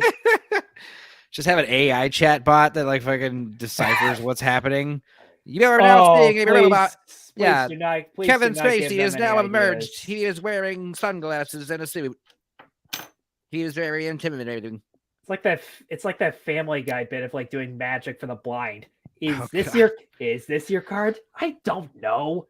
Was it a red card? I don't know what red is. Yeah, like how do you do a magic trick for a blind guy? I guess like make him think his own hand has been removed or something crazy. Like, I don't know, like auditory magic tricks maybe. Like, oh, you think my voice is in this ear? It's actually in this ear. I don't know how you could do it. That sounds more like hypnosis, but I mean... Yeah, can you hypnotize the blind guy? Like, he can't look at your stupid clock. He can't look at your stupid clock go back and forth, your stopwatch, right? So he's like immune to your hypnotism. Okay, that's the cartoon version of hypnosis. He's immune to your little black and white spiral thing, and you're yeah, dude, that was another thing. Was that movie in the theaters? Talking about in the theaters was and I was very fortunate to have experienced it. Was The Incredibles Part 2? I guess they toned it down, but like when you go to see the movie, there's like signs all over the fucking ticket boxes, like, "Hey, Incredibles 2 might cause some seizures." And I was like, oh, I'm sure they're just saying this is like a precautionary thing. When the fucking what was his name? Screenslaver. When the Screenslaver scenes happened, I was like, whoa, holy shit. Really? It was intense. And then I guess for the DVD, they toned it down considerably. But that's weird, because like I saw that twice in theaters, and the reaction I think they toned it down in theaters, maybe. Actually, now that I'm thinking about it, because it got such a crazy reaction. I think I saw like opening weekend, but I don't know. Well, I remember thinking it was probably, if I was watching it, like obviously I'm not going to have a seizure, but I was thinking if anything's going to cause a fucking seizure in a movie, it would probably be this scene, like for real.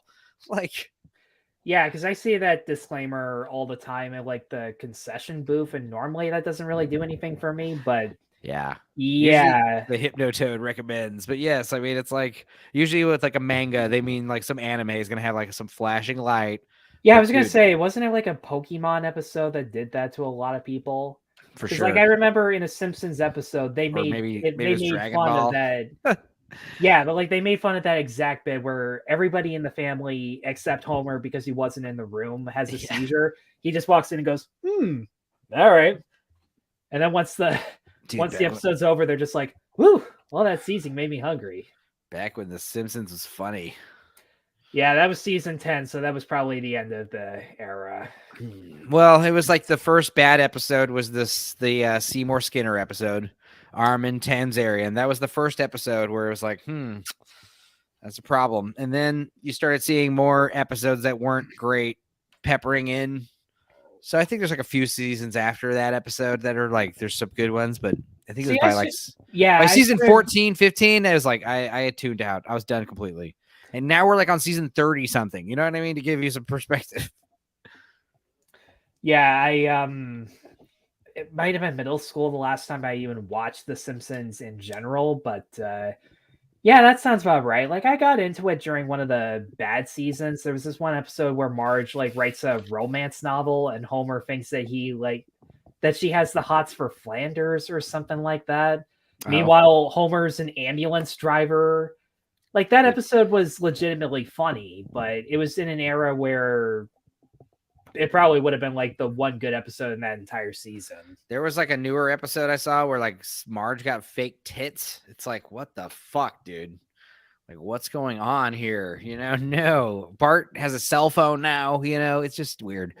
That was one of those things I heard they were going to finish the show after the movie. They're going to make a Simpsons movie. They're going to make a Simpsons movie. And that was the intention. But and then the Simpsons movie never happened. And then it finally happened. And the show just kept going. Yeah, but I mean, SpongeBob did the exact same thing. They said the show was going to end with the movie, and then the movie was so big, they just sat there and went, wait, what did we say? Well, honestly, I like all fucking 3 or 4 SpongeBob movies. They're all hilarious. But yeah, the show definitely crapped out after the first few seasons. And especially like after Hillenburg died, the creator, it's like that was unfortunate. Like, why continue? You know? I don't know, but I mean, the actors, they certainly don't regret keep going. I mean, well, Tom Kenny, yeah, God bless him. I mean, Mr. Show, I loved him back in the early days, you know, when he was on Mr. Show with Bob and David. I still feel weird knowing that Clancy Brown is, that Mr. Krabs is the fucking prison guard from Shawshank. Dude, he's the killer zombie dad cop from Pet Sematary 2. That's what I always knew him from before Shawshank, you know? I love that he's one of the new guys in the next John Wick coming up. Hell yeah, dude. Nothing ever ends when it should. Yeah. A few things, but some things, yeah. Like, I mean, Breaking Bad, it's not the greatest show, but props for like just doing like a 5 solid season, knowing what the hell you're doing the whole time. Like that was props. I personally prefer Better Call Saul, but no, yeah, me too. Same. I haven't finished Better Call Saul, and I like it a lot more. It'll definitely it'll throw you for a little bit of a loop, but in a good way. Good, yeah, I like it, and I've seen the first like 3 or 4 seasons, and I can't remember. I don't know what seasons we're at, but I know spoilers. Like, you know, his brother fucking expires, you know, and some other things happen, but a couple other people expire that you. I imagine most people. I imagine most of these people are gonna die. Like. I imagine. I hope Kim doesn't die. I imagine the fucking. I'll just spare you the pain on this one. She doesn't, thankfully. Oh. Well, I know blonde guy dies, which I am sad that was spoiled, but I don't care. That came out of. I'm excited nowhere, for it. But like when I was. No, dude, you actually feel sorry for him. Well, season. You know it's good because, like, you know something's good when even when it's spoiled, you experience it and you're still like, wow, that was great. You know, well, like crazy. It wasn't. I watched it the night of, and like there was this visual because you know Breaking Bad, Better Call Saul, they love to show you the foreshadowing. There was something that happened, and I just sat there and like, wait. What? Are you gonna kill his ass? And then somebody comes in and I just sat there and went, oh, for fuck's sake, come on. Someone's gonna die. Yeah. And it's funny because like I think it's one of those things where you like him, you know, because he's a complicated character because he's the douchey boss and you're not supposed to like him, the corporate enemy. And yet he's like a human being, but he's serious and down to earth, he's business oriented. But it's Yeah, like, the he last doesn't deserve to season that die. yeah, the last season that he's in, you actually get a glimpse into his own life, and it's not complicated, but it's not as fun as it. Yeah, Yeah, exactly. Mr. Krabs. It blew my mind. Yeah, my kids' minds when I showed them Pet Cemetery 2 and looked at Mr. Krabs' actor. Yeah, for sure. Mr. Krabs, that's the thing, is like, I had seen watching rated R movies as a kid, it was like my thing. Like, I think I must have been 6. I watched Pet Cemetery 2 when it like fucking came out, on new release VHS. We go to Hollywood Video. And I think I saw Shawshank Redemption by the time I was like in middle school, high school, like, it's not the same. But I did like both movies, obviously.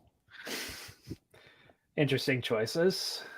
Clancy Brown, though, the guy's versatile, I think he doesn't get enough credit, doesn't get enough great roles. He needs to get more work, damn it. Anytime I see Clancy Brown in a movie, I'm like, yes. I mean, dude gets plenty of work. It's how big a role he gets that's kind of the problem. Yeah, like what will be a good movie that he could star in? Has he ever had a fucking starring role? I think he's always been a character actor, actually. Right. But I mean, even like your standard character actor supporting guys, they always get that one movie where they're like the main actor for some reason. Usually, sometimes. Yeah. Clancy Brown, I don't know. God bless him regardless. Mr. Brown. But yeah, very underappreciated. He's been in a lot. He has been. But not enough screen time is what I'm saying. He's worked with some great directors too. Oh man. But yeah, what else was crazy? The Grammys happened. It was funny because like apparently Beyonce has won the most Grammys now out of any living artist. I'm cool with that.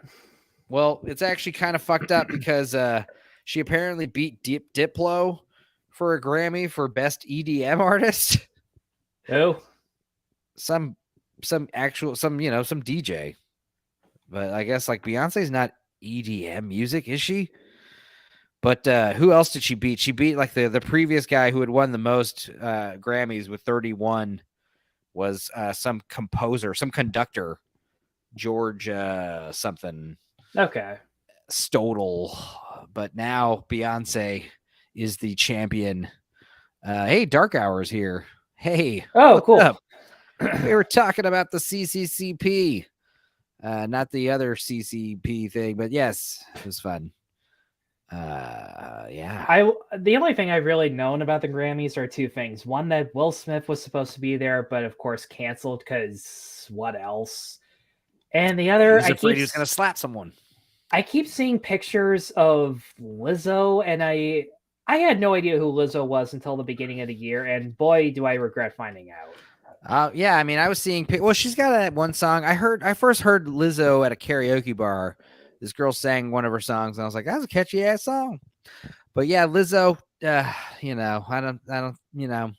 Basically, like she's gonna come out with a couple good albums, and then she's probably gonna die, fucking being fat, and then she'll be remembered forever. I mean, that's probably the way to go. I mean, it worked for John Candy. It worked for Mama Cass. It worked for some other fat people. I mean, shit, or she'll lose weight and get canceled for being fat phobic or some shit like Adele did. Well, it's Adele. She'll spring back. She won't get canceled. She'll upset like 10% of the people on Twitter, which is like 2% of America, so. Well, I mean, Adele almost got canceled for saying that she loves being a woman. So make what you will of that. Yeah. Glad to see us streaming it together. I mean, honestly, I'm just drinking a couple beers and chatting with my buddy. That's what we're doing here, Which is good because I felt like I talked more with Russell and Wes during the on tap as opposed to any of the other guys. Oh yeah, but I mean, yeah, I felt like I was a terrible guest on that thing. I'm just like, I haven't seen it. What'd you think of it? Yeah, I mean, that's fun though. I like it. I just like nerding out. Anytime I get to nerd out, because like I say at the beginning of the stream, it's like all my friends, like if you want to talk about fucking fish for fucking 30 hours for some reason, like they could do it. And that's like, it's disturbing. My guy Josh would totally do that. It's because Russ never shuts up. Yeah, I mean, I think that's the reason why we started YouTube channels. We talk a lot. I mean, it'd be pretty funny if like one of us was an introvert and was bottled up. It'd be like, why do you have a channel? I mean that I can identify with that. Yeah, I mean, Try talking to me in real life. I'm actually like I'm as quiet as I was during that on tap, believe it or not. yeah, I mean, on tap was fun. I definitely want to come on again if we do another one, and definitely what Dark Hour was saying about doing some featured films. It's like, what would be if you could do a feature talk with like Dark Hour or Drink or something, dissect a movie top to bottom? What would it be? Well, I've actually talked with Russell a little bit about this. Unfortunately, he hasn't seen the movie that I mentioned yet, but I can't believe this is on Disney Plus. Sergio Leone's last movie, Once Upon a Time in America. It's a great movie. Yeah, and like I watched it maybe first year James out of Woods, high right? school. De Niro and James Woods. Yeah. Elizabeth McGovern. It's a good one, man. Her younger version played by Jennifer Connelly in her first movie. That was really something. See, that's also good because it's like if Russ is like, oh, I haven't seen it, then we're like, then we should definitely do it because I am now going to convince someone to watch it. You know? Yeah, like, he specifically wanted an older movie, which is good because new wise, I couldn't really think of something that he and I would like both click with, knowing the kind of stuff that he talks about. Yeah, I talked about it last time on the On Tap, but it's like Redbeard. That would be a great older movie that he hasn't seen, or you know, some people haven't seen. It's like anytime I can convince someone to watch Redbeard, it's like that's like one of those subtle movies that if you like really watch it, yeah, it's one of those movies that change you, man, change your life. You know, it's got good messages and shit about Schmidt. It's like one of those movies that like everyone just like cries happy tears at the end. It's always good. You know what? I like that guy's stuff, but I haven't actually seen about Schmidt. You're talking about Payne, Alexander Payne, or what? The Election. last job I keep talking about, his last movie, Downsizing. The first scene was filmed at my last job because it was actually a place of physics, and my kitchen was catering towards the professors and students that studied there. And because the whole thing was about the physics of shrinking down people, I guess they just thought that it would be fitting. But it was pretty cool. And I seem to be one of the only people that legitimately liked it and also thought that Hong Chau's character was the best part of that movie because she was. Yeah, so I didn't see it, but did you like it? Downsizing, Matt Damon shrinks. It's not one of Payne's best movies, and it has all the cliches that are in there. Like there's a little bit of a road trip. There's someone gets cheated on or does cheating, that kind of stuff. And it gets a little more, it's not in your face about the environmental message, but it is maybe a little too cynical about it. And it's also one of those things where Damon is not the most interesting character because you got Hong Chau, you got Christoph Waltz, who gives one of his more laid back performances and is good, very interesting. He's always expected to like fucking talk in all these languages and shit. It's like, we saw you do it in Glorious Bastards. It's like, yeah, but funny thing, every time when Legend of Tarzan came out, every time there were promos for it, they put up like mashups of his work in Austrian and German movies, and the clips that they chose were just fucking bizarre. Like there's one where he's in this red unitard and he's singing like in a bit of a Sesame Street kind of fashion. Then it'll cut to him and an 8-year-old girl in a motorcycle singing this Mary Poppins like whimsical kind of song, and I'm just sitting there going, can you please put up a title so I can look this shit up and get stoned by it? Did you hear? I mean, that sounds insane. So it's a Tarzan musical with Christoph Waltz? No, it was that Tarzan movie with Alexander Skarsgård and the Robbie. most recent one. Oh, okay. Yeah. I didn't see that one. I did like, you know which one I did like? It was okay. I like the one with the Christopher Lambert with Greystoke or whatever it was called. The Legend of Tarzan. It was like a fucking brutal. Ian Holm is in it. Oh, really? Yeah, it's very good and very like brutal. Like it's very R-rated and kind of gross. Knowing my love for, I would definitely be down to talk about Boogie Nights for hours, man. I love that movie. Fuck, that was like the movie that got me into movies, like wanting to like make a movie. Because like I actually saw The Master on 70 millimeter at the TIFF Bell Lightbox before, like literally a month before the shutdown. Nice, hell yeah! What'd you think? That's a good one. It was one that definitely got me thinking. Like the the subtext surrounding Joaquin and Hoffman's relationship, like that was clear as day. But I'm just sitting there going, wait, that's what this movie's about?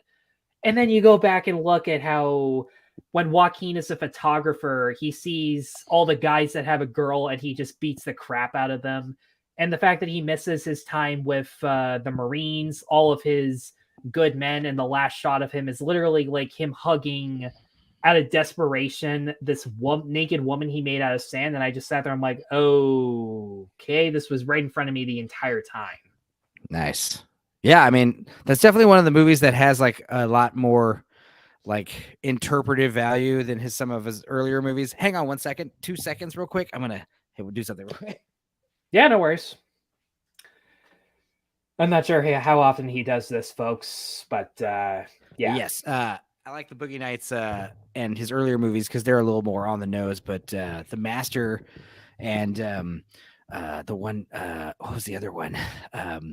There Will Be Blood. Thank you. Yeah, that was where I was realizing like P.T. Anderson is like gonna be one of the best, you know, because like I loved Boogie Nights, but that was like his second movie, you know, and I remember renting that at a fucking Blockbuster. Some lady at the checkout giving me shit like, oh, a little 13-year-old, whatever, renting this, huh? And it was like, yeah, I mean, I'm gonna see it because Heather Graham gets naked. And I ended up fucking loving the movie like so much. You know, I bought the soundtrack and then I found out, I looked up the director and it's like, dude, the guy is fucking 27. I was like, what the fuck? I was like, okay, the guy who made Boogie Nights is obviously like a famous filmmaker who's done lots of movies. It's like P.T. Anderson, never heard of him. And it's like, he did one movie called Hard 8.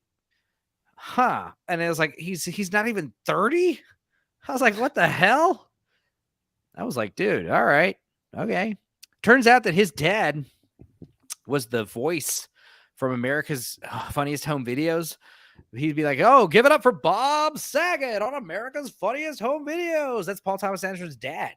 So that's kind of like, he grew up in Hollywood, you know, he grew up in that business. He knew who plays the Colonel in Boogie Nights. He's I think that was Philip Baker Hall. No. That was Floyd Gondoli. Robert Wrigley, I think, is his name, and he passed away shortly after Boogie Nights. But he was like an old family friend, you know, and he was like in Hard 8 for 2 seconds. Hey, my cousin's here. Oh, let's hear my cousin's story about Queef. What's up, man? What's going on, dude? This is we got Tyler Wolff in here from his YouTube channel. We're just nerding out about movies. What are you doing? Oh, dude, just found my rat that I fucking did. So like, you know, my rat's cage. Yes, pet rats. Okay, wait. Okay. There's 3 tiers. You know, there's 3 like doors I could open depending on what level he's on. But like, apparently, I took him out of the top, or I took him out of the bottom level. And then I like ended up forgetting that I didn't close it all the way. And then I put him in the top one, which basically means the bottom door was completely open. So like, he was just like, was running around apparently for who knows how many hours, just having a field day, just rummaging around in my apartment. Yeah, it's fine. You know, I'm glad you found him. He was chilling in the fireplace, bro. Is where I found him. I didn't tell Tyler anything, but like I had got a couple messages. He's like, "Yo, man, my rat escaped. I can't find him. Oh, fuck, he's in the fireplace. Never mind. He's in the fireplace." I was like, "Oh, okay. Is he alive?" Yeah. This stream took a fucking hard left field turn to left field. Yeah, it did. Hell yeah, it did. Oh shit! What have y'all been on about?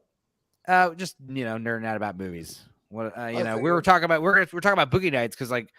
Buddy Dark Hour, we're talking about doing like a big fucking dissection Boogie Nights, dude. That's a movie like I haven't seen Boogie Nights since it fucking came out. I'm so like, I would love to do like a full length commentary on that one, man. I could just talk about Boogie Nights, but yeah, like I remember just like falling in love with just like movie making in general after I saw that one. Just all of his like hard wipe fades, you know, that are just like peppered throughout the movie. He was doing that, obviously that Goodfellas cinematography that Robert Wrigley he's one of my favorite cinematographers.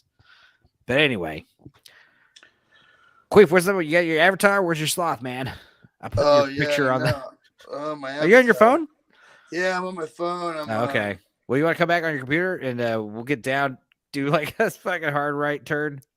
Oh, So- dude. I've been like, fucking shit. Yeah, I know. I'm gonna like stay on the phone for a minute because Yeah, Boogie Nights came out in '97, so it wouldn't have been 20 years yet, right? I don't know. That shit came out forever. Yeah. 25 year anniversary is coming up. Or would have already been. Oh wow. Yeah, the That 25 was year like when anniversary is coming up. Blockbuster- That was when we were still all going to Blockbuster and shit, dude. You know. Yeah. Yeah, man.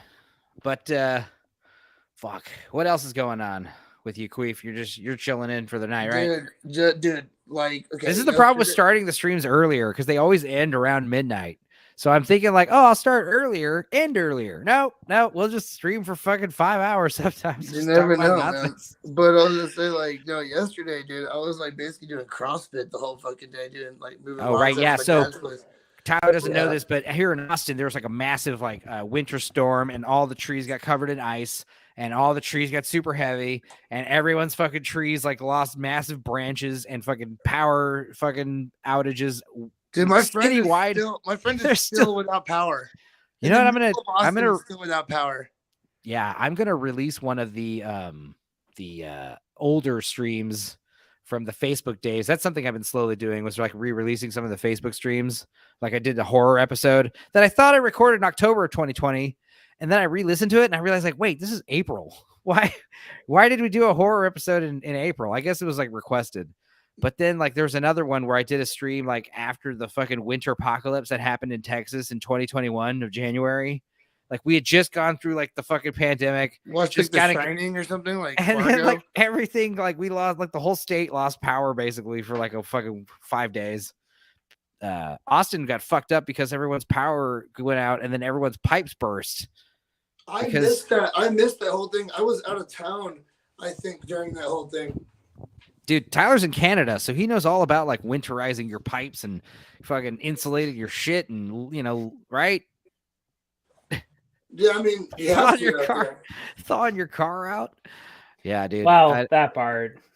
Yeah, man. The idea of like every day, like that's what someone was telling me. Like when you live up north, everyone has like remote start cars because like you can just start the car from like the fucking, or not everyone has it, but that's like something everyone wants because you don't have to like go out and start your car and come back inside and get ready while your car heats up and shit.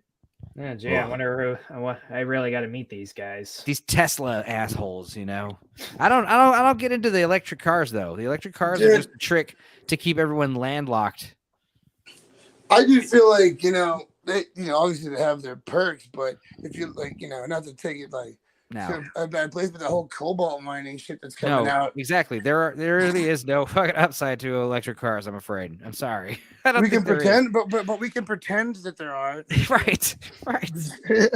Right. And that's the other thing. The main thing is, it's like right now, like try to take your fucking Tesla across country.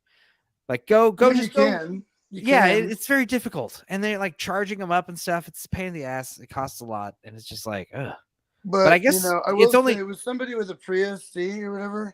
Like, I will say during that whole like gas fucking debacle, fucking shenanigans of like $6 a gallon shit. Yeah, I was hybrids are laughing good. my ass off. I was like, Hybrids I are was fun. fucking happy. But that's the other thing is I think that you're telling me that like there's a movie in the 1970s. I can't remember what it was, but there's a scene that takes place at a car show, and they're showcasing these cars of the future. And this is the 1970s, and they're saying like this amazing car can get 40 miles to the gallon. And it's like, yeah, that's what like the top cars do now still. It's like, why have we not evolved? Why? I think it's a conspiracy. The fact that like engines. It's the issue of like, all the emissions and shit. That's what it really comes down to. Is like that is a big thing that we're trying to fix. But then again, you look at what goes into making these batteries and the fucking. Well, all I the drive a other giant Yukon, so I can't really bitch Yeah, about it. But you have no room. what kind of car do you have, Tyler? You drive the biggest guzzling shit. Currently, I don't actually have one at the Well, that's good. moment. You're doing your part. You're doing your part. Walking's just much more easier for me, and I can safely say that I actually exercise. Like I actually do walk to work, which takes me about 45 minutes, but you feel good afterwards. You like Yeah. cross country skis to work and shit? No shit. Well, it's funny because like my Well, cousin, people are skiing where I work at because at the country club it's a curling club as opposed to a golf club. But Lord knows we have people on skis, on toboggans. Wait a minute. People with dogs. Back up. Hold Yeah, on, back up. what's a Tyler. curling club? Yeah, no, hold on. We know what curling is, but they go there and they Oh, do that, good. like, I don't know. Yes. Wait, what curling Yeah, is? they do. okay, Tyler, And explain to him in the most simplest terms what curling is. It's hilarious. Christ, It's I really, hilarious, bro. I really should have seen this coming. Dude, it's fucking hilarious. And so wait What? till you get a load of What's this shit. that? Wait, No, get a load I'm of gonna this, look dude. No, at- it's fucking great. All right, I'm gonna look it fucking- up. Hang on. Look up a video Look of at- this shit. It's get a load literally of this shit. whoever came up with this shit was fucking trash. It's a like- sport, I'm assuming. They were so wasted. I Yes, don't know it's who a thought of this. sport. It's a fucking Oh, Olympic I know sport. what curling is. Okay. It's fucking hilarious to me. It's Yeah. like you broom. You take like Yeah. they're like brooming and sweeping on I don't know ice if I and- could. Get... It's like you thought golf was fucking Boy, Tyler. a blast.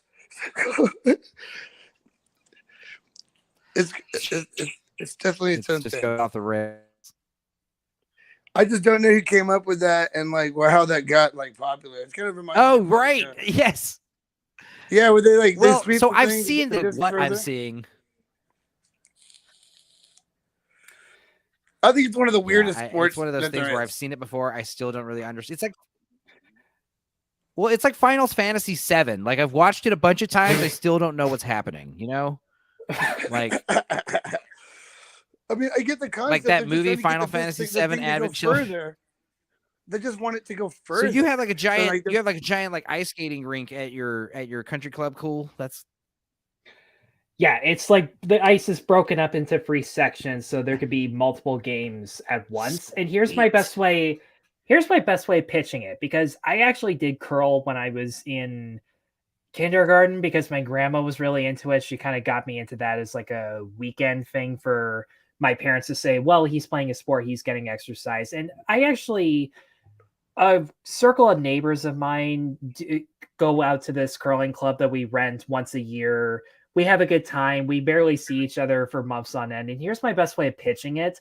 Actually playing curling is actually a lot of fun and is a lot of hard work because your shoulders, your knees, they're going to be incredibly sore afterwards. I bet. Yeah, never mind the damn cold. Watching curling right. is whatever your cousin just described it as. Well, it's like playing golf versus watching golf versus bowling versus watching Well, bowling. I wouldn't go as far. Here's the thing: like golf, you stand and you do it. Yeah, But people when you're can't do it. curling, but when you're curling, you're standing, you're gliding along the ice, you're on your knees as you're pushing it. It's a lot more strenuous than people Yeah. give it credit. People It can't- sounds like people it give can't- you a bad back, you know. Right? People can't. That's a conduct, possibility. you can't conduct shady business dealings while you're curling. Yeah, you can't. You know? it's gonna be You know, a struggle. Johnson, I like the cut of your jib, Johnson, but yeah, I think we need more than 10% for this Have deal. you seen that you know? fucking sport? Enzo, please look it up. Look up a fucking clip if you can. Extreme ironing. Have you seen that shit? Extreme what? Extreme ironing. It's an actual Oh, sport. extreme ironing? Yeah, the people like iron in the most extreme conditions, like standing between two kayaks, or like skydiving and ironing, or like hanging off the side of a cliff while they're fucking ironing their shirt. Like I shit you not, Alright. it's an extreme sport. It's actually All right, officially- one second. It's fucking gold. I think it's hilarious. They Yeah, said let me it's know the if one you have sport a- where if you could hear where it you too, finish right? with a well pressed shirt. You know, it's the one sport where you're like, that's the end result. You get a well pressed shirt. Yeah, dude. Check this shit out, bro. Let me know if you could hear this too.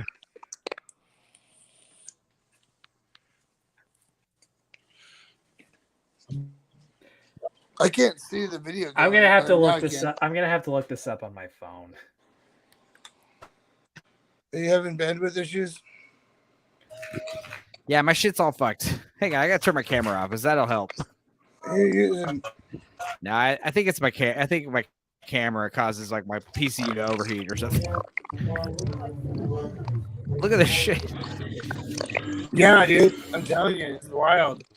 They'll be like ironing on the back of a snowmobile going over shit and stuff.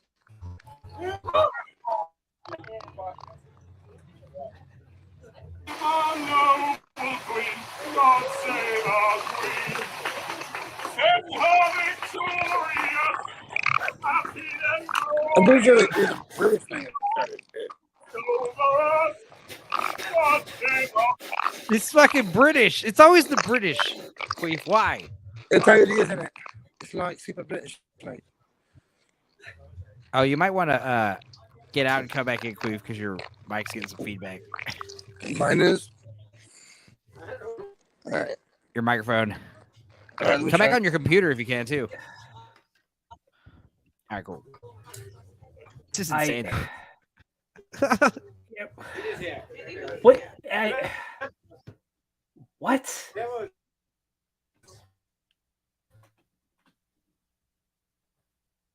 Oh my god.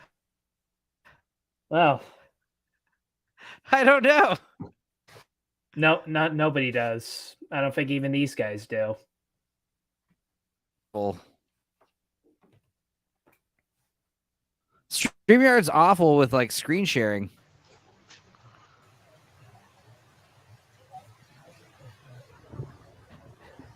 I don't know why StreamYard's so awful with the screen sharing, but whatever. Oh, Jesus, you idiot. What the fuck are you wearing, man? Iron that.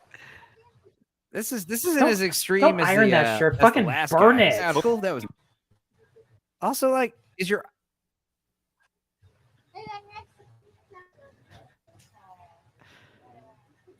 shouldn't the iron also like be plugged in?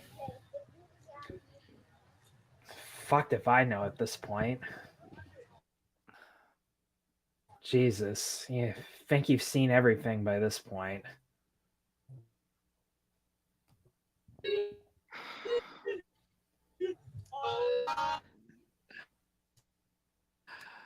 All right, I don't know. The quality's garbage.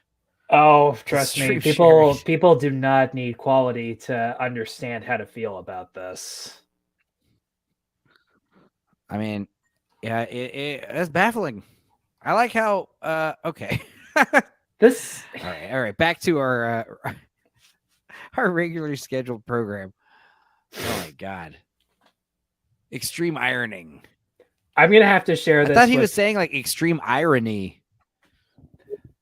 I'm gonna have to share this with Oh, here he everybody goes. I know because this is just this has to be seen to believed. We were talking about curling, and then you had to just take it to another level, Well, I didn't you?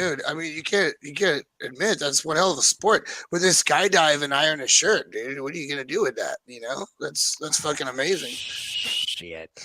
I mean, what else could you? Let's just think about that. What else could you take and make it some extreme sport? Like crocheting, extreme crocheting. You're like somewhere fucking falling from the sky. Doing, I don't know what else weird shit that'd be hard to do in extreme conditions. Yeah, like we could do like bowling, but like on a fucking ramp. Oh, like, that's actually not a bad idea. Though. That's actually kind of tight. The bowling ball has to go like down, or you're dropping the ball basically. Yeah, instead of rolling it. It's actually you pretty take it fire. Do it at a skate ramp, but like the opposing team is on the other side of the ramp, and they have to like catch the ball or dodge it, get hit by it. They wear armor. They wear armor with bowling balls. Yeah, dodgeball, but with bowling balls on a ramp. You're wearing like bear I would legit suits. pay to see that. I would actually pay to see that. You're wearing like a suit of like an anti-bear suit. Have you seen those anti-bear suits? Those look like they don't work at all. Oh, dude, they do work. Dude, look that shit up. That guy gets hit by a car and everything. It looks like the bear is just gonna like take one of the fucking leg pads off and then just get your leg. No, dude, no, that shit's on you. It's like made of multiple layers, like chainmail and shit. Like that shit is like made to where you can't even break your neck if you get hit by a fucking log in the face or whatever. Like, cool. Yeah. Did you watch Grizzly Man, Tyler? Yeah, dude. Oh shit. I don't think I have actually. The Werner Herzog documentary is pretty good, honestly.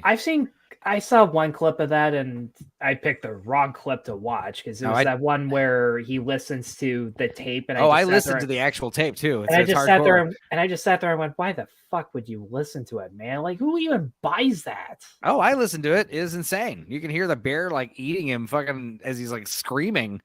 And I like don't you can wanna- tell I the don't wanna girl's fucking like listen to trying to hit that. him with a fucking pan and shit. Oh yeah, yeah, it's pretty brutal. That's But just Blair Witch gone wrong. oh yeah, dude. I mean, there's just so many fucking ridiculous like nonsense out there on the internet. Can't even escape it anymore. But that being said, what are some other good bear movies? There's The Edge. There's The Bear with Bart the Bear, right? Did you watch that one? There was a Canadian one called Backcountry that I thought was actually pretty decent. Cool. There's the old 70s slasher movie Grizzly. There's Grizzly Adams. That's not a bear movie, but The Birdcage. There's some bears in that one, I think. I'm just joking. Yeah. Oh, jeez. I like The Birdcage, man. That's a good one. It is good for sure. There's It's so many it's probably one of his least appreciated. Cocaine Bear. You want to see Cocaine Bear, Queef? Oh, I know about Cocaine Bear, dude. Pablo Escobar. No, they're making a movie about Pablo Escobar. Yeah. Joseph's got a good example. They're making a movie. That. Oh, The Great Outdoors. There you go. Yeah, I think I've it's. seen that. I want to say Bart the Bear is the bear in all of these movies we're listing. Like he's like the famous grizzly bear actor. Actor, like- yeah. He was in probably- like he was in wasn't the same America. bear that wasn't the same bear from Semi Pro, was it? I don't know. Maybe he's a They all giant look Kodak alike. bear. They all look alike to me. Yeah, they are. Big brown bear. It's a big brown bear that looks like he'll fuck you up. That's all I He's know. a Kodak bear for sure. He's huge, and then he won an Oscar that Mike Myers presented him. Like an honorary Oscar for an animal. It'd be fucking so cool to hang out with a bear that's actually chill. You know, that'd be pretty fire. Be pretty tight. Yeah, like imagine a dog that just like could eat a whole fucking bag of dog food in a day. That sounds like a nightmare, dude. Oh, a whole bag of dog food? Like, Like- chill, bro. Like, You you gotta eat, like, eat like yeah. a damn pig. I mean, I wouldn't like- want to own one. How expensive would that be to feed that bitch every fucking day? That'd be Like crazy. every day, like a brand new bag of kibble and bits, just like opened up That's and like- poured in a fucking bowl. There you go. Or like a, Well, you have to start like growing other animals and like farming your own thing, like feeding it other animals that you fucking farmed. Like, you're already paying for that shit. you just have a bunch of dogs just to feed to your bear. That's fucked up. I know. You got bears up there where you're at, Tyler? I'm a lot closer to the border than that, actually. Like I'm probably an hour's drive away from where people would go to Buffalo in order to shop, basically. So Dude, Buffalo, New York. yeah, that was there were some good shopping days during like extended weekends where my sister and I would have an extra day off from school, and generally when my sister and my mom would do most of the shopping, that was when I would just go to the Cineplex within the mall, and one or two good things. I mean, Man of Steel was not one of them, but it was better than shopping with my mom and my sister. I'll give it that. Man, dude, yeah, Buffalo 66.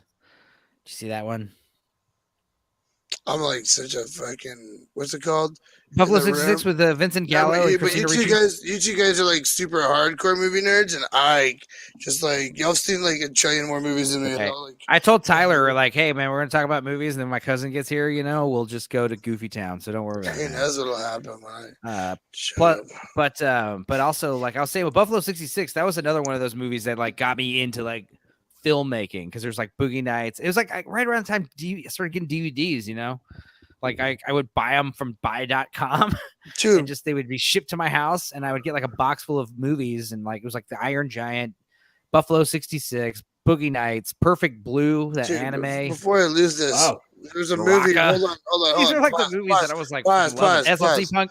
Hold Go on, pause. Go ahead, I go need you to fucking help me write. What's the name of this movie? It was back in the day. I had it on Laserdisc, and it was what's his name? Something Quaid, and it was about aliens, and it was Total like Recall. nope, that's not it. It's Martians or something. The Martians, or it's like it's I don't know. There's a Dennis Quaid. I always mix up Randy Quaid? Randy Quaid. Yeah, I always mix up these fucking guys. All the Randy Quaids. Quaid was the ugly one from Independence Day. That's I don't know. Is it Dennis called Quaid was Martians? the handsome guy. It was about Martians and shit, dude. It was fucking real stupid. Remember that? Well, like Mars Attacks. No, not Mars Attacks. So it's like Martians or something. Hang on. Enzo, I can't believe you don't know what I'm talking about. Martians Go Home, motherfucker. That's not it. Is it? Yes, it is. It's 100% it. Check this out. This is it. Martians Go Home. Yeah, that's definitely it. Yeah, that's it. for sure. I have never Wait, heard of this. Can we watch it? Can we watch that? Oh, Not right now, but can we let's put that watch on it the list? tomorrow. Put that Let's on the watch it list. tomorrow. Let's watch it tomorrow. Let's We'll watch it tomorrow. I remember loving that as a kid, but I remember being totally fucking insane. Martians Go Home, dude. Holy shit. It's real Maybe weird. maybe not tomorrow. Let's see. Maybe it'll We'll be do it. We'll do it next soon. week. Next Tuesday, maybe. I don't know if I want time. to. I don't know if we'll do a watch tomorrow, but we'll see. What do you? I want- do have time, like I think between Thursday and Saturday to do a watch sometime if you wanted to slip one in. Okay. Slip one in, he says. It sounded horrible. Yeah, I'm sorry. It sounds bad. Dude, drop this poster into the Discord, or I'll do it later. Dude, Martians Go Home. Okay, that was good. Okay, that gives me funny. a new I love playing. That gives me a new poster to put up there. Wow. Dude, I love playing those games where it's like, what was the movie where the guy had the shirt? And I'm like, oh, you want to play that game? I want to test you. Yeah, let's see who can win, me or Tyler. All right. Guess movie by plot. All right. Let me think of one. Y'all continue bantering on amongst yourselves. I will think of three. I'm going to think of three movies. Oh, Heisen was already more. I'm going to think of three movies, and then no, we can't freaking drop. All right, y'all go ahead. I'm going to think of some stuff that's kind of like out there. It's not going to be too easy to get. All right, sure. Show your attitude. Anyway, yeah, I don't know. This stream's like, sometimes I come in hot and heavy with like, oh my God, the Oscars, whatever. But it's like, who cares nowadays? Like I used to when I was doing this on Facebook, it was like, like we had an episode about the ice storm where everything froze in Texas, everyone lost their powers and everyone was popping in explaining what the hell happened. I had like 15 guests, over the course of like a few hours. And then there's just other times where it's just like, no, I just want to. It's just like me and Tyler and Queef hanging out in a bar, showing each other stupid YouTube craps. But yeah, as far as other movies that you're looking forward to that are coming out soon, what would you think? DVD or streaming or theater? It doesn't matter. There's this new A24 one with Joaquin Phoenix that looks just fucking wild to the point where I actually haven't seen any trailers. I've just read a little bit into it. The fact that it's like a 3-hour horror comedy. I was afraid. Exactly. And like I listened to the trailer, but I just like closed the window and was reading other stuff. But I'm listening to it and I'm just sitting there going, this is just out there, but I love the sound of that and the actors that he got, like not just Joaquin, but fucking Nathan Lane in a horror comedy. That alone just sounds bizarre. Yeah, dude. You know which one I always loved? Mouse Hunt. That might have been before my time, but I know what it is. So Gore Verbinski made it before he did the Pirates movies, and before he did the Ring too. I remember when people were like, "The Ring was so scary," and I was like, "Yeah, dude, from the director of Mouse Hunt." And Mouse Hunt was like this Christmas movie about two brothers who are like trying to get rid of this pesky, like cartoonish mouse in their house, and it's very like Home Alone slapstick, but damn it, dude, there's just something so elevated about it. Like the set design and the production design is so great. It's like takes place present day, but in the 50s. It's like that weird, like timeless kind of vibe. And also like, fuck, it's so funny, dude. It's hilarious. Like the opening scene, like while the credits are rolling, dude, you know, there's just, you're like, okay, this is like a family film. This isn't like a kid's movie. Chris Walken. Go ahead. I did see a promo for it that kind of looked like a John Goodman's The Borrowers kind of feel to it. No, so yeah, The Borrowers kind of had like a Mouse Hunt feel to it, is how I feel. Like The Borrowers came out like later, but yes, it does have that kind of vibe, like very, I don't know, what's rustic. I don't know how to describe the, you know. I was gonna say small scale, but that works too. All right, I got the quiz ready. You ready? Oh, okay, sure. All right. So here's one. So after someone had a painful breakup, right? They kind of undergo a procedure, and Eternal Sunshine of the Spotless Mind. God damn it! How'd you do that fast? Go ahead, keep going. Jesus Christ, that was fucked up. Jesus Christ. Okay, that was way too quick. All right. Okay, there's another one. There's this kid who's rescued from a basement, and which is people under the stairs. Nope. Room. Since birth. Nope. And he has this bizarre ability to harness some Powder. extras. Damn it, dude! Jesus Christ! Powder, hell yeah. Yeah, you nailed it. All right, I'm and sorry. then I'm sorry. no, you freaking killing it. All right, one more. All right, let's see. Now there's these small children that kind of came out of nowhere. There's some like toxic shit going on. Um, I and already know what this is. you already know it. I'm And gonna see if Tyler knows what it is, though. there's going. a parody of Yeah. so I'm not trying to like blow it. Like I say, they have a lot of gross habits and they're abnormal as fuck. They're pretty gnarly. They're nasty and fucked up. They're short, played by a lot of dwarf actors. It was 1987, if that helps at all. It's the Garbage It's- Pail Kids. God damn it, it Oh, is. All right, It's fuck. like- right. Yeah. Okay, I try to block that movie out of Don't my worry. system, but Jesus. See, I had an unfair advantage because I actually know my cousin, and I didn't realize he was Yeah. going to be selecting these movies himself. You know what you should do? You should pull up find a movie quiz of online and just read it to us like unbiasedly. Because I feel like Tyler has like crazy encyclopedic brainiac powers with the movies and stuff. Dude, But also, if it can come anywhere near you, then y'all are both Rain Man and shit. Because you like Enzo has this weird thing where he can be Dude. like, I can mention the most like arbitrary fucking thing, and he's like, oh yeah, that was directed by so and so, and like so and so was the key grip, and you're like, what do you mean? You fucking know who the fucking the background cast to fucking fun fact is that person actually started that as a child, and like you're like no every goddamn little fucking detail. we watched Minority Report last night, and I was like, oh yeah, fun fact. The cinematographer, he ran this film through like a bleach process. So that's why the whole film has this like silver, like halide. They bypass this whole silver thing. So like the whole movie's got this like very washed out, like chrome palette, and it looks so unique, Yeah, and So- then Spielberg did that like a couple more times. Right, with- right. War of the Worlds probably was the only one that actually kind of came close to having a reason for it.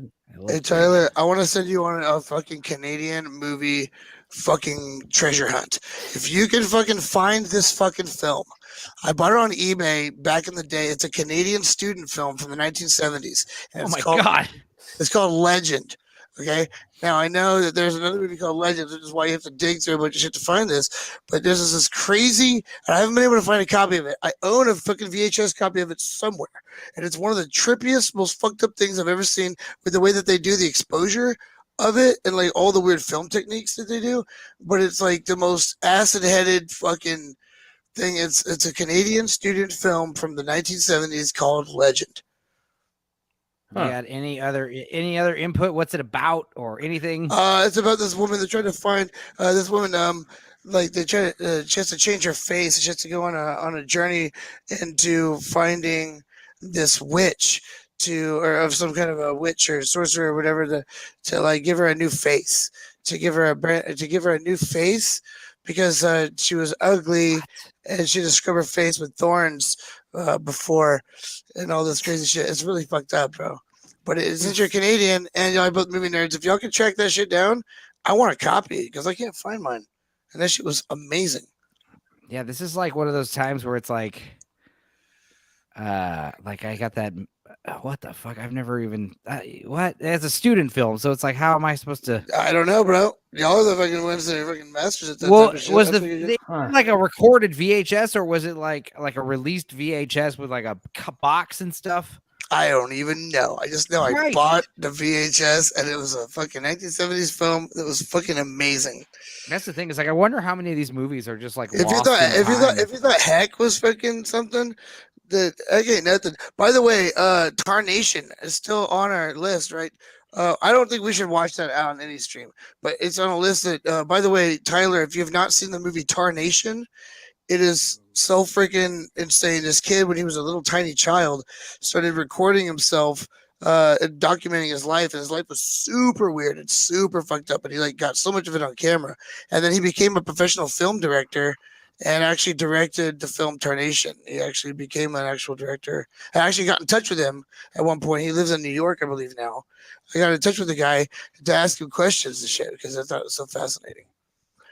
But Tarnation is something to look up. Here, Heisen coming in. I got a test one for one of you guys. The survival of the Earth depends on a voice-cracking, awkward teen. The villain turns out to be a vegetable. What? The survival of the Earth depends on a voice-cracking teen, awkward teen. The villain turns out to be a vegetable? Is it? I mean, it's not Attack of the Killer Tomatoes.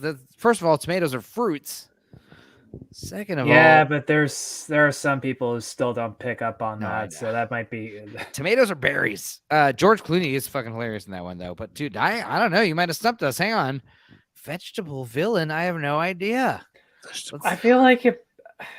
Is he like in a coma? Is it like? Yeah, I was to say or is he literally a vegetable? Is it like a kids thing, like a Veggie Tales? Veggie Tales was the first thing that came to mind, but like I can't think of. There were only 2 or 3 movies, and I don't really remember that being the case. They're trying to train kids subliminally to like hate vegetables. Is that it? Could be a kids movie. Wait, he just said yep. He just said yep to what? We dropped. Yeah, you're gonna be a little more specific on who was right about what. Was it? Yeah, was it Veggie Tales? Probably. If it was I feel like one of us said it, and I feel like you said it though. Attack of Killer Tomatoes? No. Or Veggie Most Tales, people think. Yeah, like I said, people keep it was Killer Tomatoes. People keep forgetting tomatoes are fruit, but they're fruit. Return of the Killer Tomatoes with George Clooney is hilarious. No judgments there, Joseph. Dude, honestly, like I go to this place for karaoke on Thursdays, and I get this. They got this junior burger plus fries plus a beer for like $9, and then I'll get that. And the burger comes with just lettuce and an onion on it, and I'm like, why don't you put? What a weird thing. Like, why don't you just put like? I understand pickles and onions or lettuce and tomato. I mean, I prefer all 4, but lettuce and onion. Like, how much is it gonna? And every time I get it, can I please get like a little tomato slice and out of tomatoes? Like, yeah, what is this? I read the menu. It's literally what comes with it. It's like comes with meat, cheese, lettuce, and tomato, and it's just like or lettuce and onion.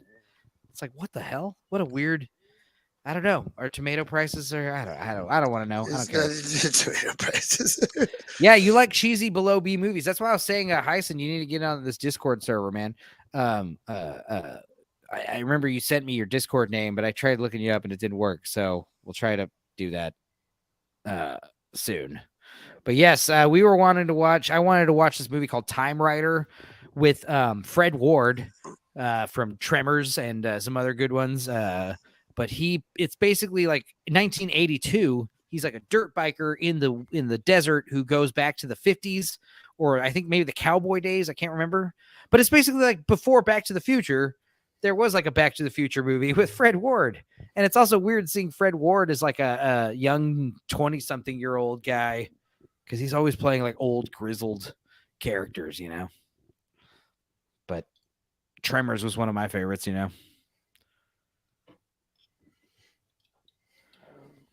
Right? Right, Tyler? Yeah, whatever you say. Do you like Tremors? There were so many like movies, especially within what's considered the critical drinkers crowd, that I just haven't gotten to. Oh my God, I good. was never introduced to it as a kid. I'm not one of those guys that's like gonna be like, oh, you haven't seen Tremors, fuck you. This is like, oh yay. I can't really tell because Tremors. I can't really tell because when I did post my review up in the drunk posting group, that might have been a huge mistake because I've gotten nothing but comments about just what a fuck up Shyamalan has been. A bunch of really weird. I would love to talk about just that page for a minute because it's just fun. A lot of off comments. Like one guy said, "Oh, I'm not watching Last Gay Bender," and I'm just sitting there going, "Yeah, way to make us all look like dumbasses." Well, I mean, the thing is, I am kind of a dumbass, so. And I understand, I hear what you're saying. I know what you're saying. Yeah, but like at the same time, it's like, yeah, like I was saying, like the best things about the the crowd are also like the worst things about the crowd at the same time, you know. Like Well, I yeah, like that movies with one- explosions too, but not Well, there was just that one post about the Little Mermaid where I don't know, as the joke was they asked for a ginger, but the person was dyslexic, and everybody just went, "Wow." Yeah, I mean, you know, here's the thing. I will support ridiculous racist stuff if it's funny. Like if it's actually funny, like Not I'll gonna laugh. lie, I I'll chuckled a laugh at little. some. Not I'll gonna laugh lie, at I some. felt guilty chuckling a little bit about that. I mean, dude, it's not that. There was one where it was like there was an article about the actress who plays the Little Mermaid. She can't swim, so But she like had like what- a hard time filming a lot of the underwater scenes. And it's like, the joke must not write the joke. You know, I hate to say this, but it's like I know I have two friends who have drowned. They were both black. It's like sucks on multiple levels. Yeah, Because it's like you lose a friend, but also it's like, fuck, what is this? Is this really a thing? Like, can but they yeah, really like what Joseph just wrote in the comments, like that part definitely does blow. Oh yeah, and that's the one thing I love about the drinker page. For instance, is like you could recommend any fucking movie. It doesn't matter what it is. There's gonna be someone in the comments that's like, that movie's trash. You know, like it doesn't matter what it is. I've noticed that there's someone in every, because that's the thing. It's like you can be hating on, and you know, I find myself to be anti-woke. Like I've just become drawn my sand. You know how like they say, oh, you can't just be not racist, you have to be anti-racist. Like, well, you can't just not be not woke. You have to be literally against wokeism.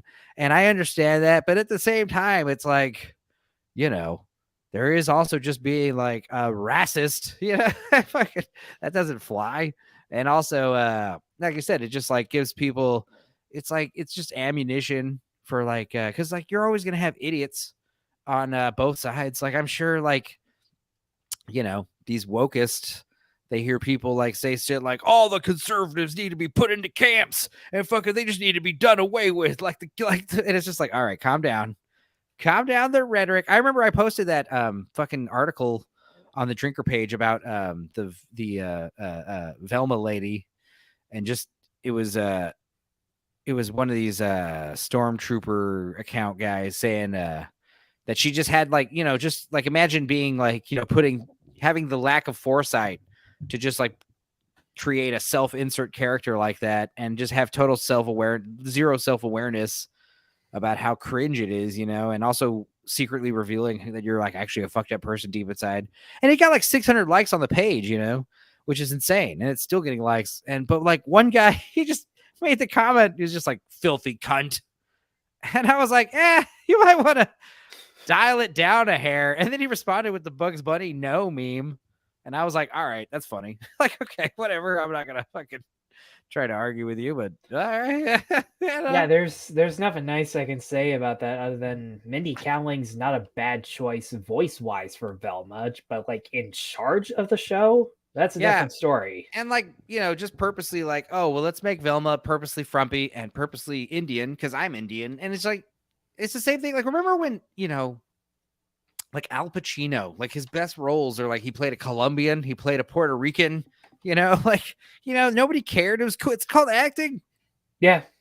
Well, Bill Burr has an entire routine on that because Bryan Cranston got shit for the Intouchables where he was quadriplegic, and he gave a very specific example that was just so hilarious about, imagine a quadriplegic being asked, what did you do to prepare for the role? Well, I dove head first in the shallow end of a pool when I was 23. I've been preparing for this role my whole life. That's so good. Yeah, I mean, yeah, how are you going to find these? Like, oh, we need a blind person to play the role. It's like, yeah, but we need to print. You know how expensive it is to print a script in Braille? Well, here's the thing. I've seen that work. Like, there was this one cartoon I watched growing up called Fairly Odd Parents, and the hot chick that the main character was constantly in love with, she was a side character. I found out years later as an adult, she was actually legally blind, and they actually did write the script in Braille for her. And I just sat there and went, damn. Well, you know, Didn't see that coming. If the part is, you know, if the part's the part, you know. But that's the thing, like, she wasn't treated differently, which is interesting because it's Butch Hartman. Dude has some interesting health guidance. Nice. Yeah. Heisen's talking about New Discourses is a channel where he watched a video, someone saying that they're baiting the violence and terrible. I mean, I kind of get that, like purposely, like, you know, do something controversial with Velma. And just so you can get one comment saying like a fucking racist thing, and then you can just highlight that one comment. Cause like, yeah, like in the Critical Drinker page, you get like 100-something comments. You probably get like 10 fuckheads and then one actual, like, you know, fucking Nazi type guy. And like that person, you know, you could take that one comment and just be like, these are the people that they support. Yeah, I think I just got unlucky by somehow attracting all of the fucktards because my thumbnail was very specific. Oh, but also just saying like something controversial, like, you know, M. Shyamalan's newest movie is like one of the best. Like, Yeah. I'm sure that's gonna fucking turn heads because people And are like, "Fuck you, no way." Yeah, and I kind of don't believe you, but like, I had to remind myself. You. Yeah, I had to remind myself it's controversial, like within that group. But that's the other thing why I like joking about pulp culture, because it's like in the long run, it's like, who gives a fuck if I don't like the same music or movies as you? Because it's like, this is not something to like be an enemy over. But at the same time, it's like the culture war. It's a culture war because it's all about preserving, you know, not what, you know, makes our heritage great, but like what makes like humanity great. And like movies, like for instance, are like the pinnacle for like expressing the human condition, you know. And these movies nowadays, they're just, that's the other thing. You could say, oh, maybe it's not even being done on purpose, like we're just trying new things. But it's like, yeah, but we're just demonstrating time and time again these movies are not as enjoyable as the other ones that are. Yeah, for sure. And I'm kind of curious as to how things are going to go, because one would think that there's the whole debate that Drinker's been going on in under interviews where is the tide going to turn or shit like that, which after I kind of sort of follow right-wing news outlets just for shits and giggles. And dude, that one lady, Megyn Kelly, posted like that Proud Family clip that's going on about just how fucking extreme and out of the just off the edge they've gone. And I just sat there, I'm like, this is not the Proud Family I grew up watching. Like, you guys are saying you brought it back to bring up universal topics. The original show had universal topics. That's why I watched it. Yeah. Like, I didn't watch it as an 8-year-old for Juneteenth, which I still don't even know what the fuck is. I mean, don't get me wrong, Proud Family did talk about race, but it didn't throw everyone under the bus while doing it, and it was actually hopeful. It wasn't pointing fingers; it was holding hands. Yeah, exactly. Like, I mean, that's the thing is like I could tell early on. You know, I'm hardcore, like you know, Pizzagate. Fucking there's the us, there's the populists, there's the population, and then there's like the fucking elitists, the globalists, the people that want us to eat crickets and shit and not own cars and live in 15-minute cities and shit. And it's like, or gas stoves. Don't you know gas stoves are racist? It's like, stop listening. You don't want to eat crickets, bro? No.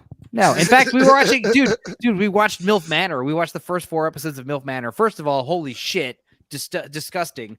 But yeah, the third episode, they go on a date with these MILFs.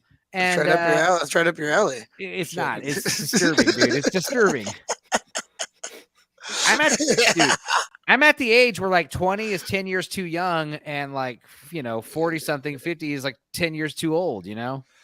Yeah, like, I mean, it's trying to stay in a certain bracket, you know, to be reasonable. I mean, you know, but anyway, they go to this Mexican bar restaurant, and the first thing they do is like, oh, we've got fancy tequila and some oranges and a little bowl of crickets for you, like it's normal. And it's like, and then of course there's one guy in the fucking middle, and everyone is disgusted by it. Everyone is like, they never show anyone like, these are delicious. One guy's literally like throwing them because he's just like, these are a thing to be played with. It's like, ew, I'm not gonna eat it. He tries to eat it, and he's like spitting his drink, like being a nuisance. But even then, even the guy who's like trying to be respectful, he's like, I'm not eating those. You know, like, I mean, it's like, quit trying to make the bug thing happen. Like, if you tell me like, oh, you know, we're putting like cricket flour in your pasta, It's not bad. I'm like, yeah, it's not bad, but at the same time, it's like you understand that now kosher people can't eat fucking insects. You understand? Well, You're like, you're like by basic data and whatnot, as far as like if you were to like be like a kind of like a machine, if you were to look at things like mechanically, like a robot would, it's very much more logical to consume such things. Like Spock would be like, yeah, that makes sense, because like it is a very logical thing when you look at the numbers of how much protein, how much it costs to make it, and then how much protein and vitamins you get from it in relation to the body mass of it. And like I've looked at the data, like I've looked at the numbers. It makes sense, but do I want to eat crickets? no. Mentally, no, I don't. But like, also the other thing is like apparently like the fucking proteins in their exoskeletons are not good for you if you eat mass quantities of them. Well, that's the thing. When people but- when people have famines, like they say, oh well, they ate crickets back then because they had like famines. And it's like, yeah, when the famine was over, did they keep eating crickets? potatoes, No. Check it They out. Okay, stopped guys, potatoes, I'm bringing back the quiz. Can we bring back the quiz real quick? Because I got some shit for you. Like I'd rather Not- just not go to different quiz. I'd rather go to vegetarian and just eat nothing but rice and beans and potatoes and just skip meat altogether than this whole fucking cricket shit. Like I have fuck off. a different movie quiz, not the same Oh. thing as we were doing before. Sure, go All right, for it. I'm gonna give you a name of a bar, Oh, and you're gonna have to tell me what movie it's in. this is gonna be or a show. Is it a show too or Or movie? yeah. All right. Damn, this is gonna be impossible. But let's do it. This is All gonna be right, challenging. all right. It's gonna be hard. Okay, But you have the all right. answers though, right? I have the answers. Yeah. Can we I want to get another beer, but let's go a couple rounds. Let's do a All right. The Bamboo Lounge. dude. I have no idea. This is expert mode movie quiz right here. Yeah. All right. I can lower it down. Night right. at the Roxbury. I don't know. No, that's Goodfellas. All right. Oh Ah. shit! They burned that one down. All right. The Winchester.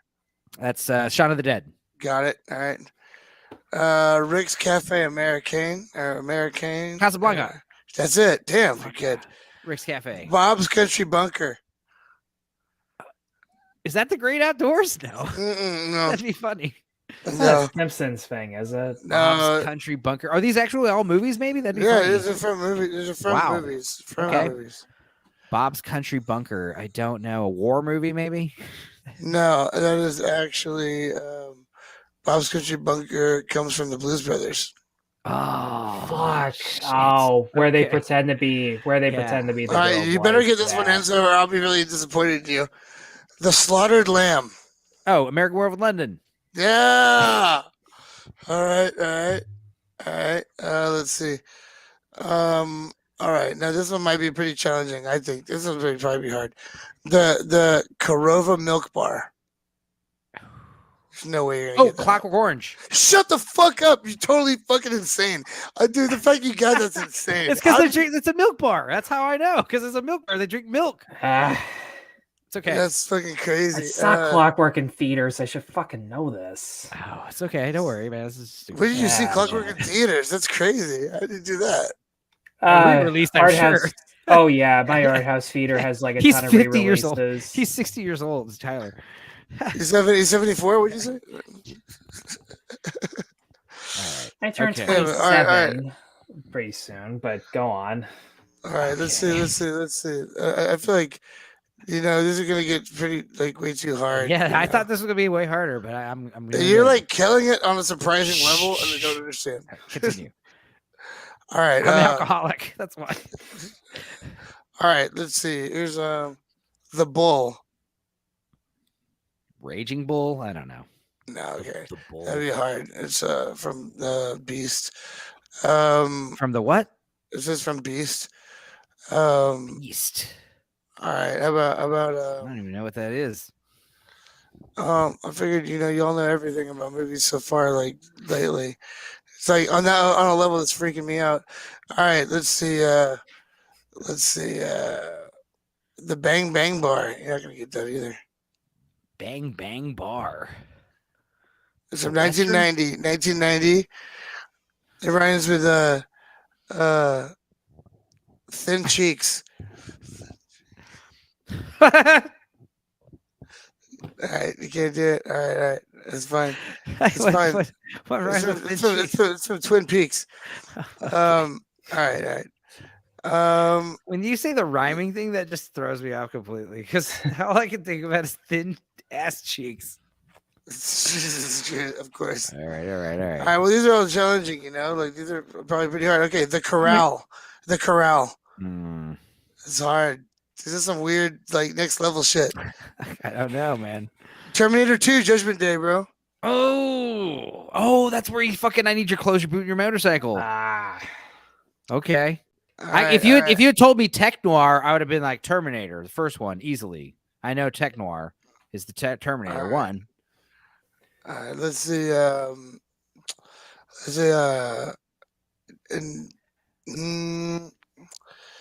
trying to make one that's like not as hard. Yeah.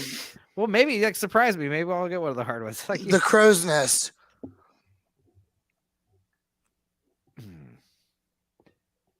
Nope, not ringing any bells. Perfect Storm. All right. Never saw that one actually. I only saw like the last. I know one they die in the that. big wave at the end. So everybody who gives a shit.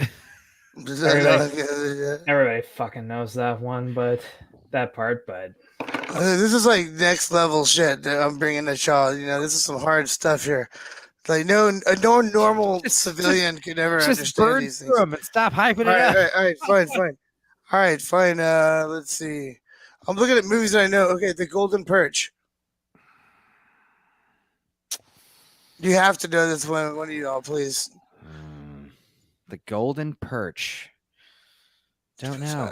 Moulin Rouge. The Lord of the Rings. Oh. All right. I'm not a super diehard Tolkien guy, so Fuck. All right. Gus's Galaxy Grill. Oh, hey, wait, hang on. What movie had Blue Oyster Bar? I remember the name. I want to say Police Academy. Oh, I don't know. Police Academy, probably. Blue Oyster Bar. All the bars I know, they're all in like fucking TV shows. That is Police Academy. Yeah. That is Police Academy. That is correct. Okay, cool. That is correct. Good job, Hyson. Let's see. Where was I? Cheers and the bar that they all hung out at the Saved by the Bell. What was that called? The burger joint where they got milkshakes. A diner where the owner like did magic tricks on the side. Friends, they all hung out in that fucking cafe. Well, Friends was like Central Perk or something like that. Seattle or some shit, right? No, Friends was New York. Frasier was Seattle. Oh, okay. Frasier was good. Yeah, for sure.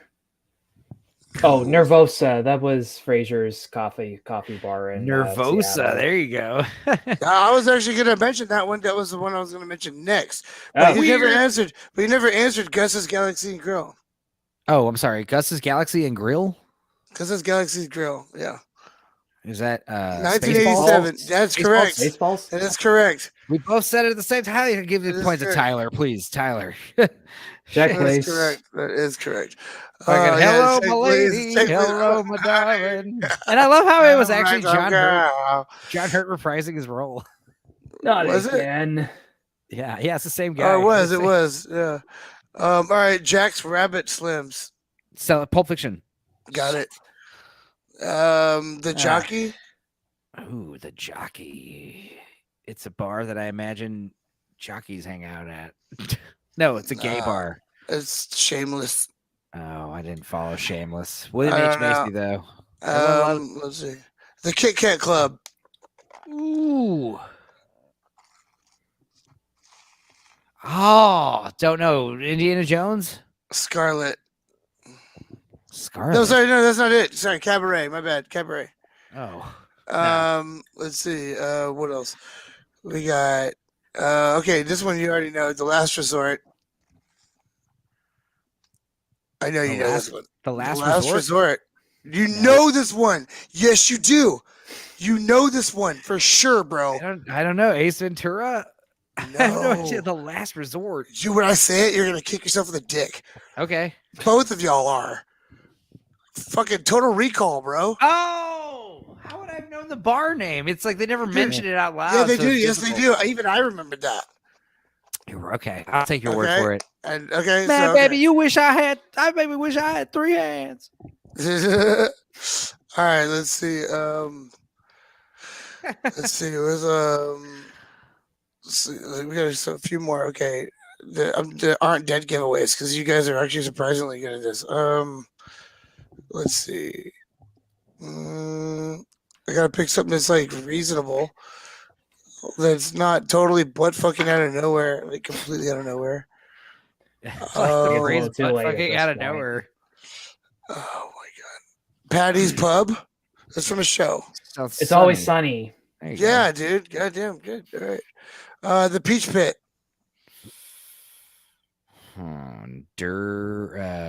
Joe Dirt? No. 1990. Takes place in California. You've really narrowed it down. The movie takes place in California. Oh shit! Every movie takes place in L.A. or New York. No, I'm just kidding. That was already Thelma and out. Louise. That was really out there. You're not gonna get it. It's Thelma and Beverly. Louise? It's Beverly Hills 90210. You're not gonna get it. Oh, yeah. You're never gonna get that. That's like I was 2 out of definitely no- watching Beverly Hills 90210 when I was 5 years old. Hey, you never know with you. The Poison Apple. You know this one. You know Shrek this one. 2. Damn right it Yeah. is. Yeah. Kim Skippy. All right. All right. Let's see here. The Prancing Pony. Fuck. That's a fucking hilarious name. Fuck. I know the name of that. I just can't fucking figure it out. Ah. Prancing Pony. I'll say. Any clues? Prancing. Let's see. It has to do with there's a lot of walking involved to get rid of something. Lord of the Rings again? Yep. Well, all right. Here's another one. That's not fair. Quarks. Quarks. It's from a TV show. Oh, is it? I'm gonna guess Big Bang Theory because it's nerds. Nah, No, but it's that's close not enough. it. It's pretty close, but it's not Big Bang Theory. It's before that. Oh, Dexter's Lab.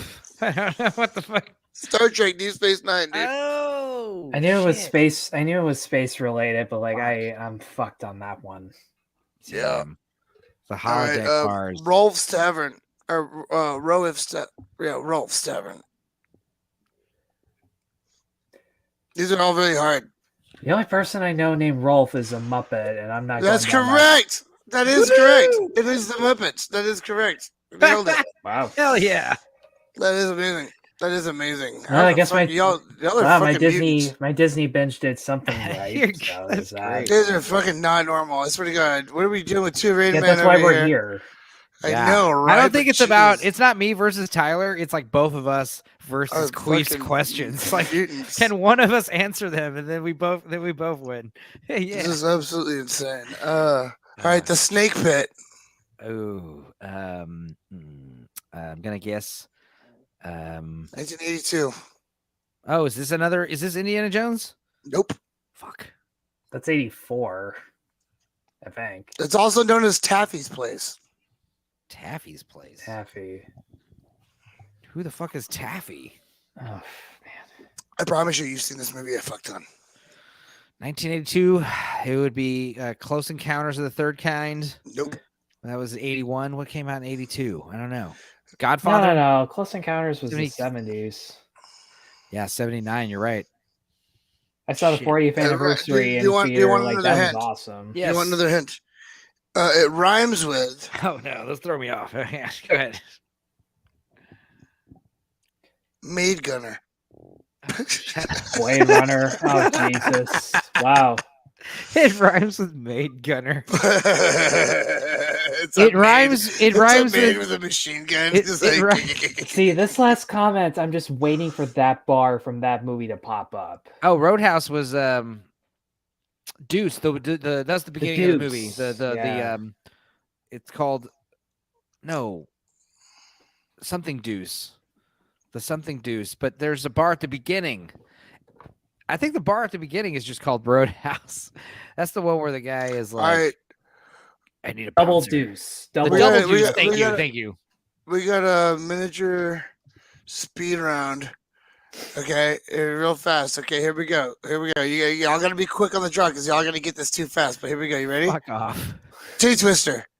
All right. Give it. Titty, I'm gonna I give said it to Titty him. Twister. Titty Oh. Twister. I know. I mean, you can see. I said Queef- Titty Twister. Queef knows I know it. I'm gonna see if Tyler knows it. All right, I know you know it, Tyler. Oh, God. I'll give you a hint. It's one of the most understated, underrated Quentin Tarantino movies. Jackie Brown? No, it is. It is From Dusk Till Dawn. Yeah. Vampires. That's Rodriguez, man. The Three Broomsticks. Oh, I know. I could have said Robert. I could have said it's one of the better Robert Rodriguez movies. That's what I should have said. No, All right, I'll give you that one. Instead of one of the worst Quentin Tarantino movies, I should have said it's one of Robert Rodriguez's bests. You know. The Three Broomsticks. I'm gonna guess fucking Hocus Pocus just because fucking Nope. no, it's Harry Potter probably. Damn right it is. Okay, It yeah, is. yeah. I'm just All gonna right. deduce here. I don't know. Okay. My sister okay. was the Potterhead, not me. We're almost, Yeah, to, that's the two- end, that was we're bef- almost to the end of this. We're It almost was there. after my time. And I remember like friends of mine who are like adults like bragging about reading all the books, and I'm like, bro, the font is like this big. Like you're reading a 15 point font book. You know, probably takes you a couple hours to read one book. You know. Yeah, Heisen got it. Harry Potter. Oh, y'all are pretty good at this. Y'all are pretty good at that. That's Honestly, I wasn't surprising. expecting to know the bars, but like this is not something you try to memorize. This is why this is good trivia. It's shocking how Just sees if you how can advanced that fucking memory bank is in there. That's Yeah. messed up. The Red Spank Lobster. bank. Okay, one last one. You probably won't get it, but the Red Lobster Inn. You Good Men? No, it's I'll give you a My- hint. It's so a, So I it's married an animated. It's an animated film, and it's from a long time ago. What was the name of the bar again? the Red Lobster. The Red Inn. Lobster Inn. It was a Disney production. Oh my god! I mean, the Rescuers something? No. The You were bars. not gonna get this. It's so fucking arbitrary information. The fact that y'all Aristocats. No, I don't no, fucking- That's 1940s. 1940s. Oh, 40s. Dumbo. You're close, but no. Pinocchio? Yep. Okay, good. Pinocchio's That's- a good All right, one. that's Oh, it. I know what. That- Okay, I know what bar you're talking about now. And Is that why Red concludes it. Lobster has that name? Because of that fucking Pinocchio movie? Perhaps. For all I know. Ah, funny. Well, That concludes our bar trivia, movie trivia. That's fucked up. That's insane that you fucking knew that. Y'all are weird. yeah, we've why got we're this, here, we got man. we got a touch Y'all of the know tism. so much- Yeah, y'all got that tism, bro. Y'all both got a little taste of tism for sure. Well, I'm Taste of guaranteed. the- I'm guaranteed to have it. Like that, I know for sure. Yeah. Well, it runs in our family a little bit. We definitely like have our little tismnisms. I'm just noticing I'm just noticing with my cousin's little kids that it probably does run on either side of my family. So there's that. Yeah, I think it's our mom's side for sure. Definitely. But my dad's also like Spock. My dad's dad is totally like But your analytical. dad's like- also like that too, because that's why he was so good at all that shit. He would do. Yeah, we definitely got something going on. It's weird. Something's wrong with our bird. Something's wrong with us. Queef is like hardcore like dance nut, music nerd, voice actor guy. Yeah. But yeah, I'm everyone. like a different part of the spectrum, I guess. Oh, But you need to edit the bar trivia to a snippet. Isn't it a drinker? Yeah, I mean, But that send was fun. somebody. that was Yeah, fun. I- You actually got that shit. I'm surprised. I'll pull up some other shit for you guys next time if we do this again on that. Yeah, the name like Tyler and fucking Stupenzo fucking wreck Queef's bar movie trivia. That would be the It's name actually- of the clip. It's actually strangely impressive. The 'Cause, score like, I was can't like think of anybody who could have done what y'all just did. I want to say the score was like we got like 15 out of the 20 questions you I think asked. y'all could go up against maybe Tarantino. Well, Yeah. The problem is like with Tarantino. he's got crazy no. movie knowledge. He's got crazy movie Yeah. knowledge. The problem but, with like, he's, Tarantino like, is he rich. has like total movie knowledge with like how to make movies too. Like he has encyclopedic. He knows the difference between like a boom and a dolly and a tilt and a pan and he knows Well, all the obviously stuff. that- He that's knows not all the what- lingo. Not Well, to that's mention true. he's like older than both of us combined. That's so true, and there's he's like that. been nerding out on this And shit he's a longer than fucking y'all. weird foot guy. No Yeah, offense to he's you definitely a if you foot are guy. also a foot guy, but anytime we were watching MILF Manor, and anytime one of the guys is like, "I like feet," me and fucking we just look at each other like fucking pervert. Well, I don't get it, but some people do No, out yeah, there. I don't get it. I I'm don't not get it. king shaming. I'm not I'm getting not shaming. kink I just don't shaming. understand. I just don't understand. I just don't understand. I've just noticed a pattern with the feet guys that I know. It's funny, and they're good guys. It's not like they're bad guys or anything. It's just I like knew a these guy feet who guys. couldn't. He told me. He said he couldn't have an orgasm unless he had socks, a short ankle socks on, and she did too. Okay, He there's said she- something going on everyone- like everyone. Everyone got their own historically. thing. Something that happened to him growing up. You know what I mean? Yeah, with ankle, something happened with ankle socks, and he really Something liked it. going on. Like there was a, and here's the other thing. It's like in Pulp Fiction where they're talking about like, hey man, it's just a foot rub. It's like, no, it isn't. You have to assume now because there are dudes out there that it isn't a foot rub. For some people, a foot rub, like there was But oh, I'm not I gonna wouldn't lie, give dude. you my foot to rub if I knew you were gonna fucking have an orgasm from it. You know No, what but I mean? but check it out. Listen here, hear me out. If somebody was gonna give me free foot massages once a week, and they didn't like try to get off like while there, but they're just like, I'm gonna remember what it was like to massage their feet. I'm like, you do you at home, but I'm getting a free foot massage, bro. But to I him, fucking but be to down. him, it's a man. It's a man, and to him, it's an erotic experience, and he's very Yeah, but clear like, about that. I'm But getting to a free you, foot massage. you're trying not to be. No, but- to you, you but- want it to be a platonic experience. I can completely within my mind completely compartmentalize this shit and be like, I'm getting a foot massage. How All right, many weeks will it deuces. take for it to get weird, or him to cross a line? Oh, I don't know, but as long as they fucking stay away after they get the foot massage. What they're if he like, has like a raging hard on? He can't do anything about it, and you can see it, and like you just have, you have to cover, you that's can cover gonna your make eyes me- with a I won't be mask. able to. I probably won't be able to enjoy my foot massage the same way. Well, that's what I'm saying. But like, if that wasn't a thing, then I'm just getting a foot massage. I could just be like, have headphones on. I'm like on the beach. I got my VR headset on and Like shit. you're Like, at the beach with some friends, you're a cute girl, and some guy, he's like, "Hey, let me rub your feet." He starts rubbing your feet, and it's then weird you when a find dude out. does it, like Then you that. find out As a later girl, that he maybe. is totally a foot guy. Like he wants to fuck your feet. He loves. Yeah, but feet. like- his feet are his Like thing. statistically speaking, if a dude comes up to a chick and says, "Can I rub your feet?" Like he is a foot guy, obviously, but like you know what I mean. Like there's just like just there doesn't take hard critical thinking skills to figure that one out. You know what I mean? I guess you're right. You like really don't have to. But like if a chick is like, I just like giving massages because I'm a giving person, and you seem like you stand a lot, blah blah. blah. Like or like even if a dude was like, hey, I'm not trying to fuck you. I just love rubbing feet. I'm like, I know. hey, you can rub my feet. He's like, I'm like, you rub my feet? Sure. I could use a foot rub. Like, I'd be down. don't. I don't want to give. I don't actually love rubbing feet that much. Oh no, man, you can rub my hobby feet if you want. I mean, yeah, they're a little hairy, but My hobbit feet, yeah. I Dude. got some corns in there. You probably could get Right. out of there. You toss them with some gritted sandpaper. You're like, while you're at it, would you take I've care of got- this bunion? I've or got a whatever? big old callus on my heel. I've got a hippie heel over here because I wear sandals all the time. Dude, I'm gonna tell you something crazy. Check this out. During the fucking pandemic, because like I didn't have to like leave the house much, and I like basically like only was barefoot for like almost 2 years, right? My feet turned into shoes, bro. Like they like turned into shoes. No, like my feet turned into shoes. I gained hobbit feet. Now check this out.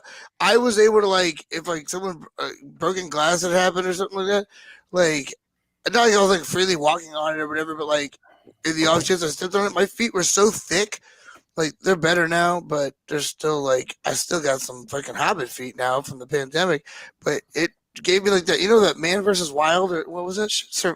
Those two dudes, the military dude and the hippie guy. Remember Yeah. the show? Yeah, my feet turned into like that dude's feet, kind of, except for the cold thing.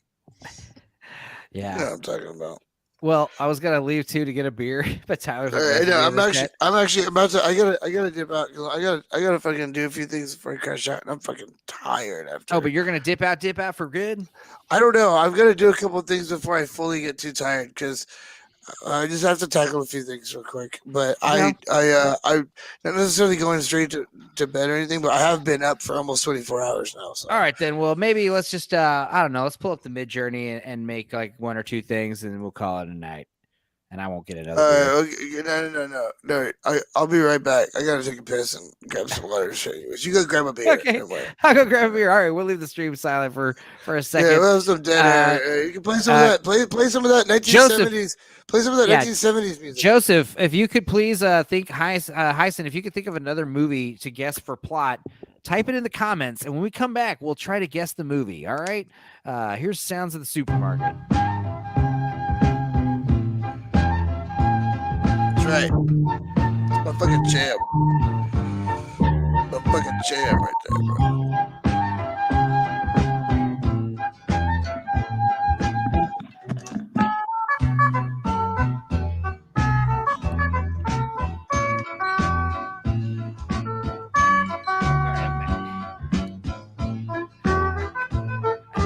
I hope that music is actually playing. That'd be so funny if the music actually wasn't playing. I do like the song though, and it's cool because like, you know, it's copyright free. I mean, technically I think it is copyrightable, but you're allowed to play it on YouTube. I don't know what's going on. But yeah. We have fun here. I don't know. We have fun here. We just goof around on the dork side. Like I said, sometimes we have nights where we talk about serious shit. Maybe I'll re-upload. I'm going to re-upload my Mortal Kombat episode, which was the last Facebook episode I did in 2001, I believe, the end of 2001, when the Mortal Kombat movie came out on HBO. And we talked about Mortal Kombat and all of that. But there was another one. I also want to re-upload the Gina Carano stream. There was 2 streams where I defended Gina Carano ad nauseum and got in fights with people in the comments and shit. Had people unfriended me. It was like, fuck y'all. Anyway, so sometimes we do have some actual discussions, but I think this is just more like getting to know Tyler. And Tyler, most importantly, getting to know us. How weird we are over here. It is, I don't know. The problem, like I said, starting early.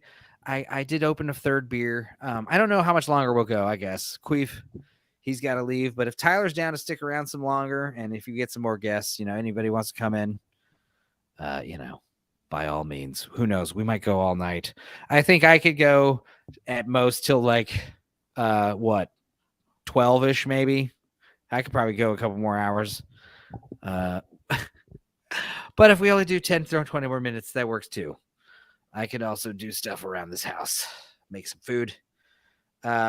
Tomorrow, I don't know if we want to do a group watch. I may be out and about. We did do 4 movies last week. Yeah, I love Gina. I got into the drinker page because originally I was on like a Star Wars fan page, and that was like getting poisoned by the toxicity, especially if you tried to like defend Gina Carano. And then what was hilarious was, well, thanks, Hyson. Yeah, I mean, I'd like to think we have more of like a Jackbox vibe or a Jack show vibe, if you're familiar. Because it's like movies are like the main root topic that we're usually talking about, but I just like to talk about all stuff. I don't mind as long as it's interesting and funny and we have a good time. Who cares, right, Tyler? Pretty much. Yeah, I mean, I hope you're having a fun time here, you know, just hanging out, goofing off on a Monday night. Yeah, it was better than I thought it was going to be. Cool. I don't know how much longer you want to stay or can plan to stay, but you know, we could easily go a couple more hours or 10 more minutes. Queef had to go urinate. I had to for me, it's definitely 10 minutes. I just came down here just to no keep worries. the noise down so I don't wake anybody, but I got you. Well, we'll wrap it up and then in a minute, but I also had Hyson, if he could think of a guest movie by plot, he could type that in the comments while we were gone, but if not, no worries. Queef, we could also do another round of trivia, or we could pull up like our mid journey if you want to make some fun art or something. We could do one of those. Yeah, is there anything you'd like to see, like stills for a movie that doesn't exist? Yeah, that's what we should do. We should do that one. We should do stills from a movie that you specifically one that Tyler would like to see. Why don't you show him? Tyler the Fifth Element ones that I made. Sure. You can go ahead and pull up the prompt that you have like copy pasted. Okay, yeah, I'll go ahead and do that. I'm like over here looking at a fucking comment from Queef over here. How do I gracefully leave? That's like from 45 minutes ago. It was a while back. I had some shit I had to call someone back really bad, but like Don't worry, man. I talked him into diving into it. If anything ever has, don't be afraid to just be like, hey, yo, man, 1 second, I gotta bounce. Like, yeah, just- no, I'll be but like, it's "Don't worry." like I don't like want to be like a dickhole. No, don't worry about it, So, Hyson. It was okay. But I'm glad that we only had like 30 seconds of downtime. I just grabbed a beer real quick. Oh, I was gonna read Hyson's essay at the end of this, even if you guys leave. So that is something I was gonna do at the end. But as far as the Mid Journey, I'm trying to find that prompt for the movie stills. Like, where did I put yeah, I that? know it's in our correspondence with each other. Stills from the on Discord. 1980s. Here's one of them. Yeah. The ones I did with the fucking Fifth Element fucking movie prompts, man. But yeah, if there's any kind of like, Damn. Did you show him? Show him the shit. Could you pull that yeah, up? let me pull up my messenger. The Fifth Element ones. Here, up Here, I'll just go. This was cryogenically frozen. Actually, Jesus Christ. go up. Go to the art server. Star Wars musical. Go to the art server where I posted everything. No, yeah. I don't want to open Discord because if I open Discord, it'll disconnect my mic sometimes. I got you. But Yeah, don't do that. Yeah, don't do that. Okay. But this is like 80s. If Fifth Element was made in the 80s in France, kind of shit. And it's just like cool, like movie stills for shit that doesn't exist. So I mean, yeah, I did a 1960s Fifth Element. That was fire, dude. That came out really cool. The 1960s Fifth Element movie would have been an amazing film to witness. Also, the 1970s one was pretty sick too. Damn. yeah, we did Super Sloth, the Super Sloth movie. Oh man, pull that shit up. A little sloth at a superhero It's outfit. the cutest shit you've ever seen. It's the cutest shit love ever. with him. I love him, and I want one. In fact, I was thinking about maybe trying to see if I could find someone to make, like a little, or find like a sloth dog, and then, literally, I want to own like a super sloth that looks just like one of those fucking things. Yeah, this is the shit we made like last time Queef was on here. But I mean, I was thinking of all right, like what I got the prompt pulled up, so you just tell me what you want. If there's anything you can think of, you could do it could be just think of a movie like Jaws in space. Right. No, it could be Jaws in space. It could be that sounds good. Go ahead, do it. From Dusk Till Dawn 2, Electric Boogaloo. On 2, Electric Boogaloo. I kind of like Jaws in space more than From Dusk Till Dawn. We'll do 2. both. Okay, we'll do both. We'll do both. Fuck it, real quick, just real fast. Jaws in space. I would love to see something. Maybe something like involving like Ghostbusters or X-Men, but like I'm trying to think of something good because like we did Santa Claus in Hell one time. We did what else were some good ones? I can't remember. Oh, Conan the Librarian, that was fun. Oh yeah.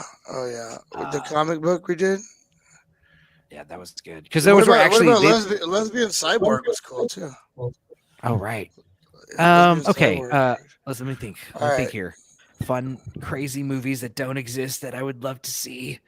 I know he can make a sweet Jason Voorhees. It's saying that my shit is like I like literally had it like come out of my account today, but it's like saying that my shit is not going, bro. So I gotta like figure this out real quick. Oh, your expiration or something is fine. Yeah. Well, but like, oh well, we'll figure it out next time. People got to leave. We've almost streamed for 3 hours. All right. Tyler, be sure to think of some other good prompts if you can think of something. We'll do Jaws in space and some other ones. Oh, what? You get it? No, yeah, I got in, but check this out. Okay. Dude, what I just discovered is in the account in Midjourney, every image I've done, it saves every prompt I've done. Hell yeah, So, good. like, yes, I know, thank God. Yeah, you were telling me that you had trouble finding that stuff. I'm like, I'm sure there's a way you could look that stuff up.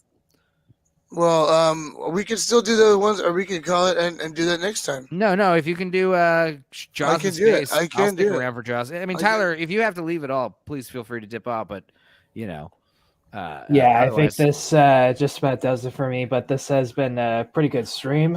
Sure, man. Yeah, it's fun. Obviously, don't expect you to come every Monday, but anytime you want to come, you're welcome, man. Anytime I'm available, I will definitely shoot you up on that. Yeah. Also Tuesdays, if you ever want to hop in on some group watches, if there's anything you specifically would like to group watch together, we could do like, if you want to do something bigger budget, like, Big Trouble in Little China, we could do like a full length, just nonsense commentary and just watch a movie that we've all seen. Or if you want to, do kind of laugh react stuff, feel free to drop suggestions, man. Because for sure. Because the thing is, man, I like watching stupid movies, but God, watching a stupid movie by yourself sucks. And Yeah, depending on the circumstance. your chick usually doesn't want to watch the stupid movies. It's like I want to drink and bro out and just have a good old time, goof around. Yeah, for sure. For sure. But a novelization crossover of Star Trek, TNG, and the X-Men, that would be epic. Dude, X-Men in space, X-Men Star Trek fleet officers. Yeah, just have Picard and Xavier staring at each other. That'd be pretty cool. Dude, Picard and Xavier as both played by fucking Patrick Stewart. Damn. Just having like, I guess Cyclops would be Riker, and your Wolverine, he would be Worf, clearly, or Beast. Data, who would Data be? It doesn't matter. All right, man. Tyler. All right, man. Well, it's good chat, dude. I think me and Queef are going to stick around. Obviously, I can send you whatever image I'm about to pull up later, so don't feel beholden. I'll show you. Sure. You can still see Jaws in space. I don't want you to feel like you missed out. Oh, all right. Don't worry about that. All right, bud. Well, yeah, man. I'll see you next time. And if you ever, Psycho Gorman, dude. Fuck yeah, Joe. Dude, you ever see Psycho Gorman, Tyler? I don't think I have, actually. Check that shit out. That came out recently, and that movie charmed my dick and balls off, man. It's like adorable kids movie. It's like if the Power Rangers mixed with like gore. I can't describe it, but it sounds like, awesome. Wait, dude, what are we talking about? Dude, okay, Psycho Gorman, dude. That's an eye opener. Wow. Dude, throw that on the list. Why isn't that on the list?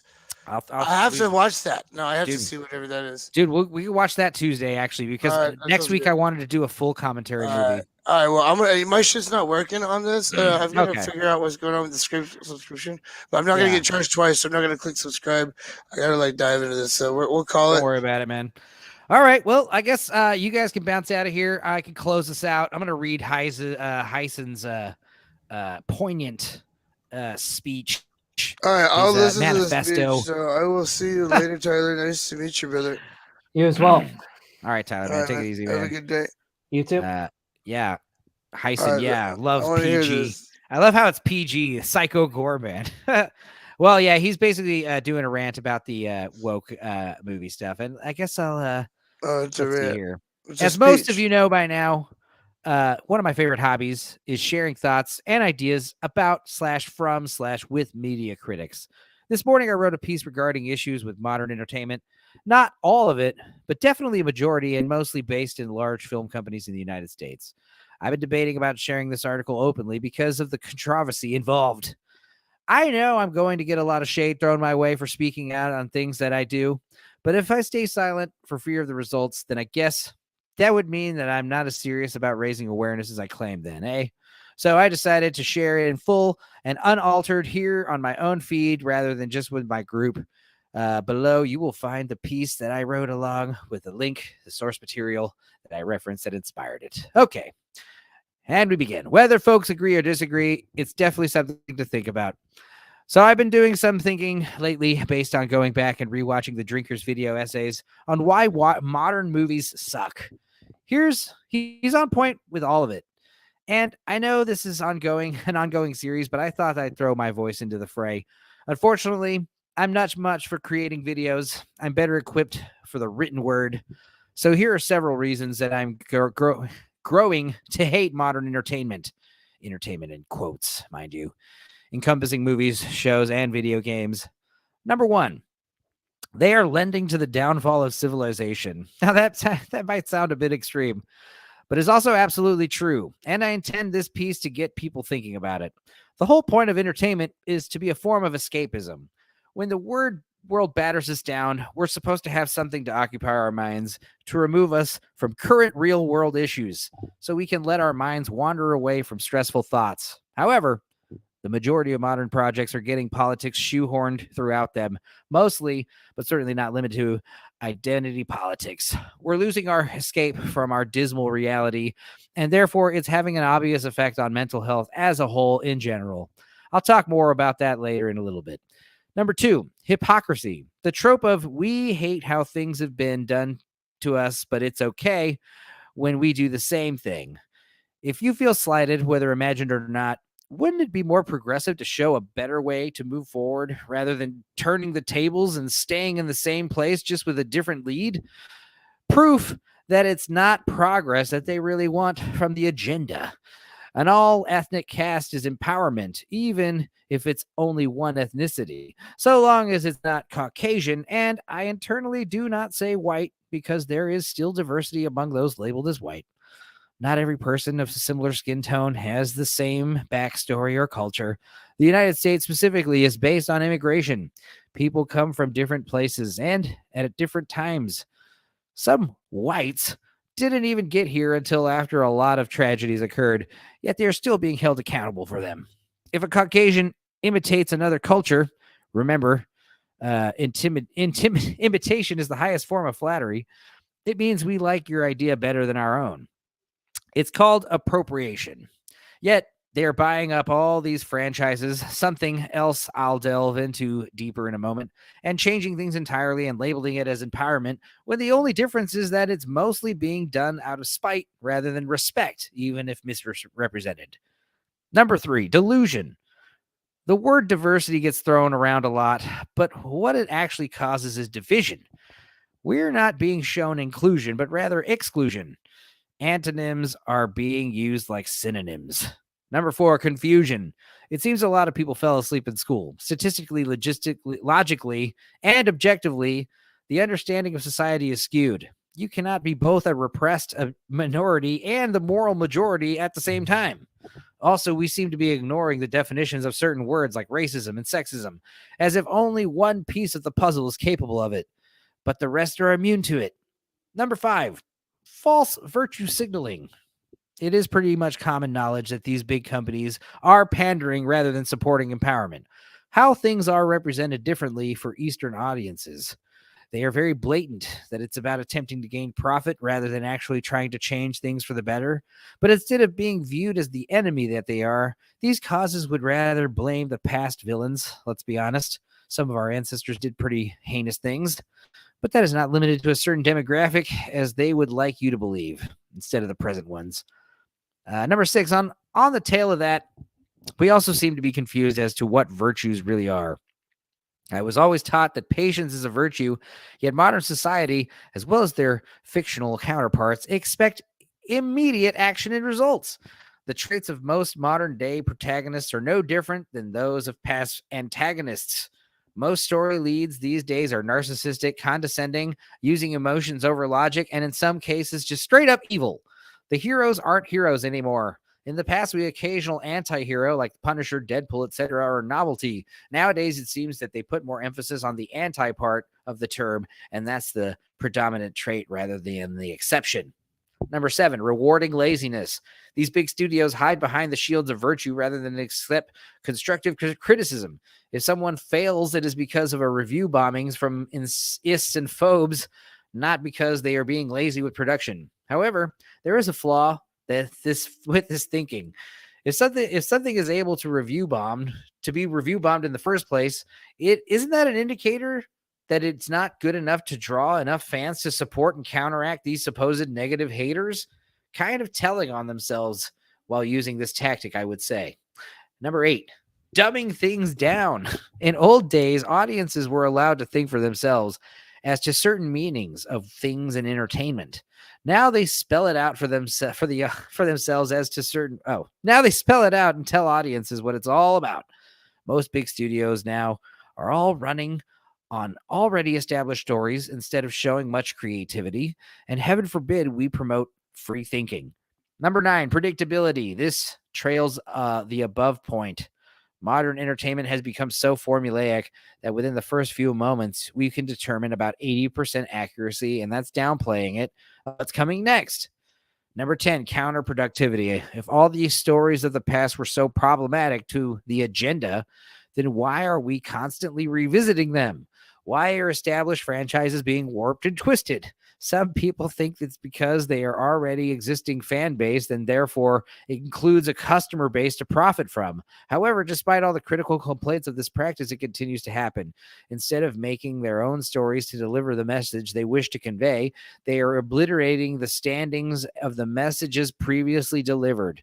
I propose that it's not even about money, but about sending a clear message, which brings me to my next point. Number 11, intentional social conditioning.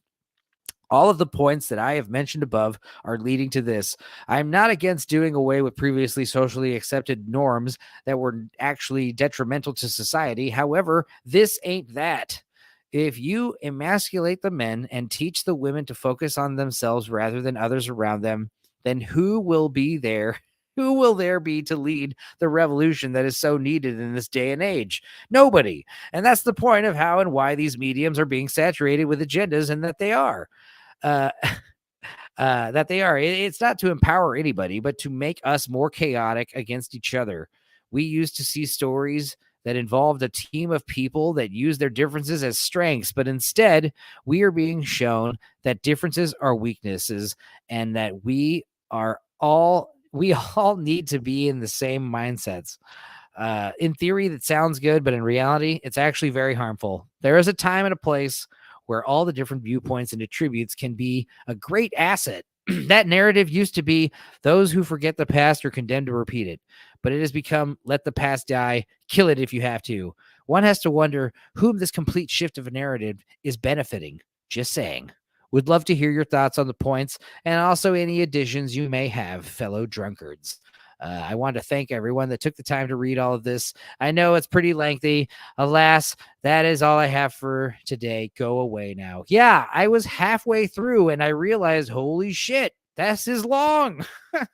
Anyway, that was good. I agree, Hyson. Yeah, totally. I mean, it is about this conditioning people. It's the same thing with this crickets on MILF Manor. You know, it's all about just like getting people to accept it. And there's just certain things that we're not going to accept. I'm sorry. I was joking about this the other day, like the LGB. I mean, really, it's really the LGB movement. Those are sexual orientations. And then the T got thrown up there, and that's not a sexual orientation, but okay. And then the Q is up there, and that basically means you have green hair. And I don't know, you like rainbows. That's what you get the Q for. Then there's the, plus, which is whatever. And the I and A, which means you don't have sex at all. And then there's the, there's that dreaded letter P. And the fucking second they try to throw that letter P up there, it's over. The whole movement's going to collapse on itself. So I gotta go. You're I'll going to see you go. later, bro. All right, man. All right. I'll see you later, dude. Sorry you heard that manifesto, but it's okay, man. Right. I didn't realize you were still here that whole time. All right. I'll see you later, dude. All right, man. All Yeah, right, Tuesday. Let's try to watch. What did we just say? I'll rewatch this and figure it out. There was something. Psycho Gorman. We're gonna watch Psycho Gorman tomorrow. Psycho Gorman, and then we talked about another film. Let's just do Psycho Gorman tomorrow, because that'll be a full length commentary. Another one that I told you to add on the list. It was yeah, Martian thing. Martian. Randy Quaid. Right, I got you, dude. All right, man. All right, guys. Well, I guess let's close this out. Let me pull up my fucking closeout music that I love to play. So it's fun. Yeah. I want to thank Quee for coming down, my cousin, obviously. I hope he gets his mid-journey working. He better. I gave him $30 for it to work. Just kidding.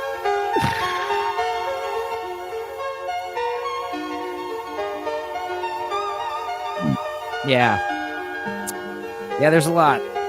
Thanks, Hyson, for watching and chiming in. We always appreciate that. And be sure to join us next time, I guess. And yeah, I don't know. We'll figure out some more stupid shit to talk about. We'll figure out what's up with Queef's Mid-Journey account. And we'll make some Jaws in space. Werewolves in space. That would be fun. No, wait. Werewolves versus the Teletubbies. What else? We can do. Anyway. All right, guys. I guess I am going to close it out, clean up house, make something to eat, do all that stuff. It's 10:13 p.m. Good 3 hours change. Hyson, thanks for coming by. Queef, thanks for coming by. Tyler Wolff, dude, special thanks. Special shout out to you, man. Fun stuff. Hope to come on your channel soon or come on mine again. You know how it is. Tales of the Dorkside on the Stupenzo channel. See you guys next time.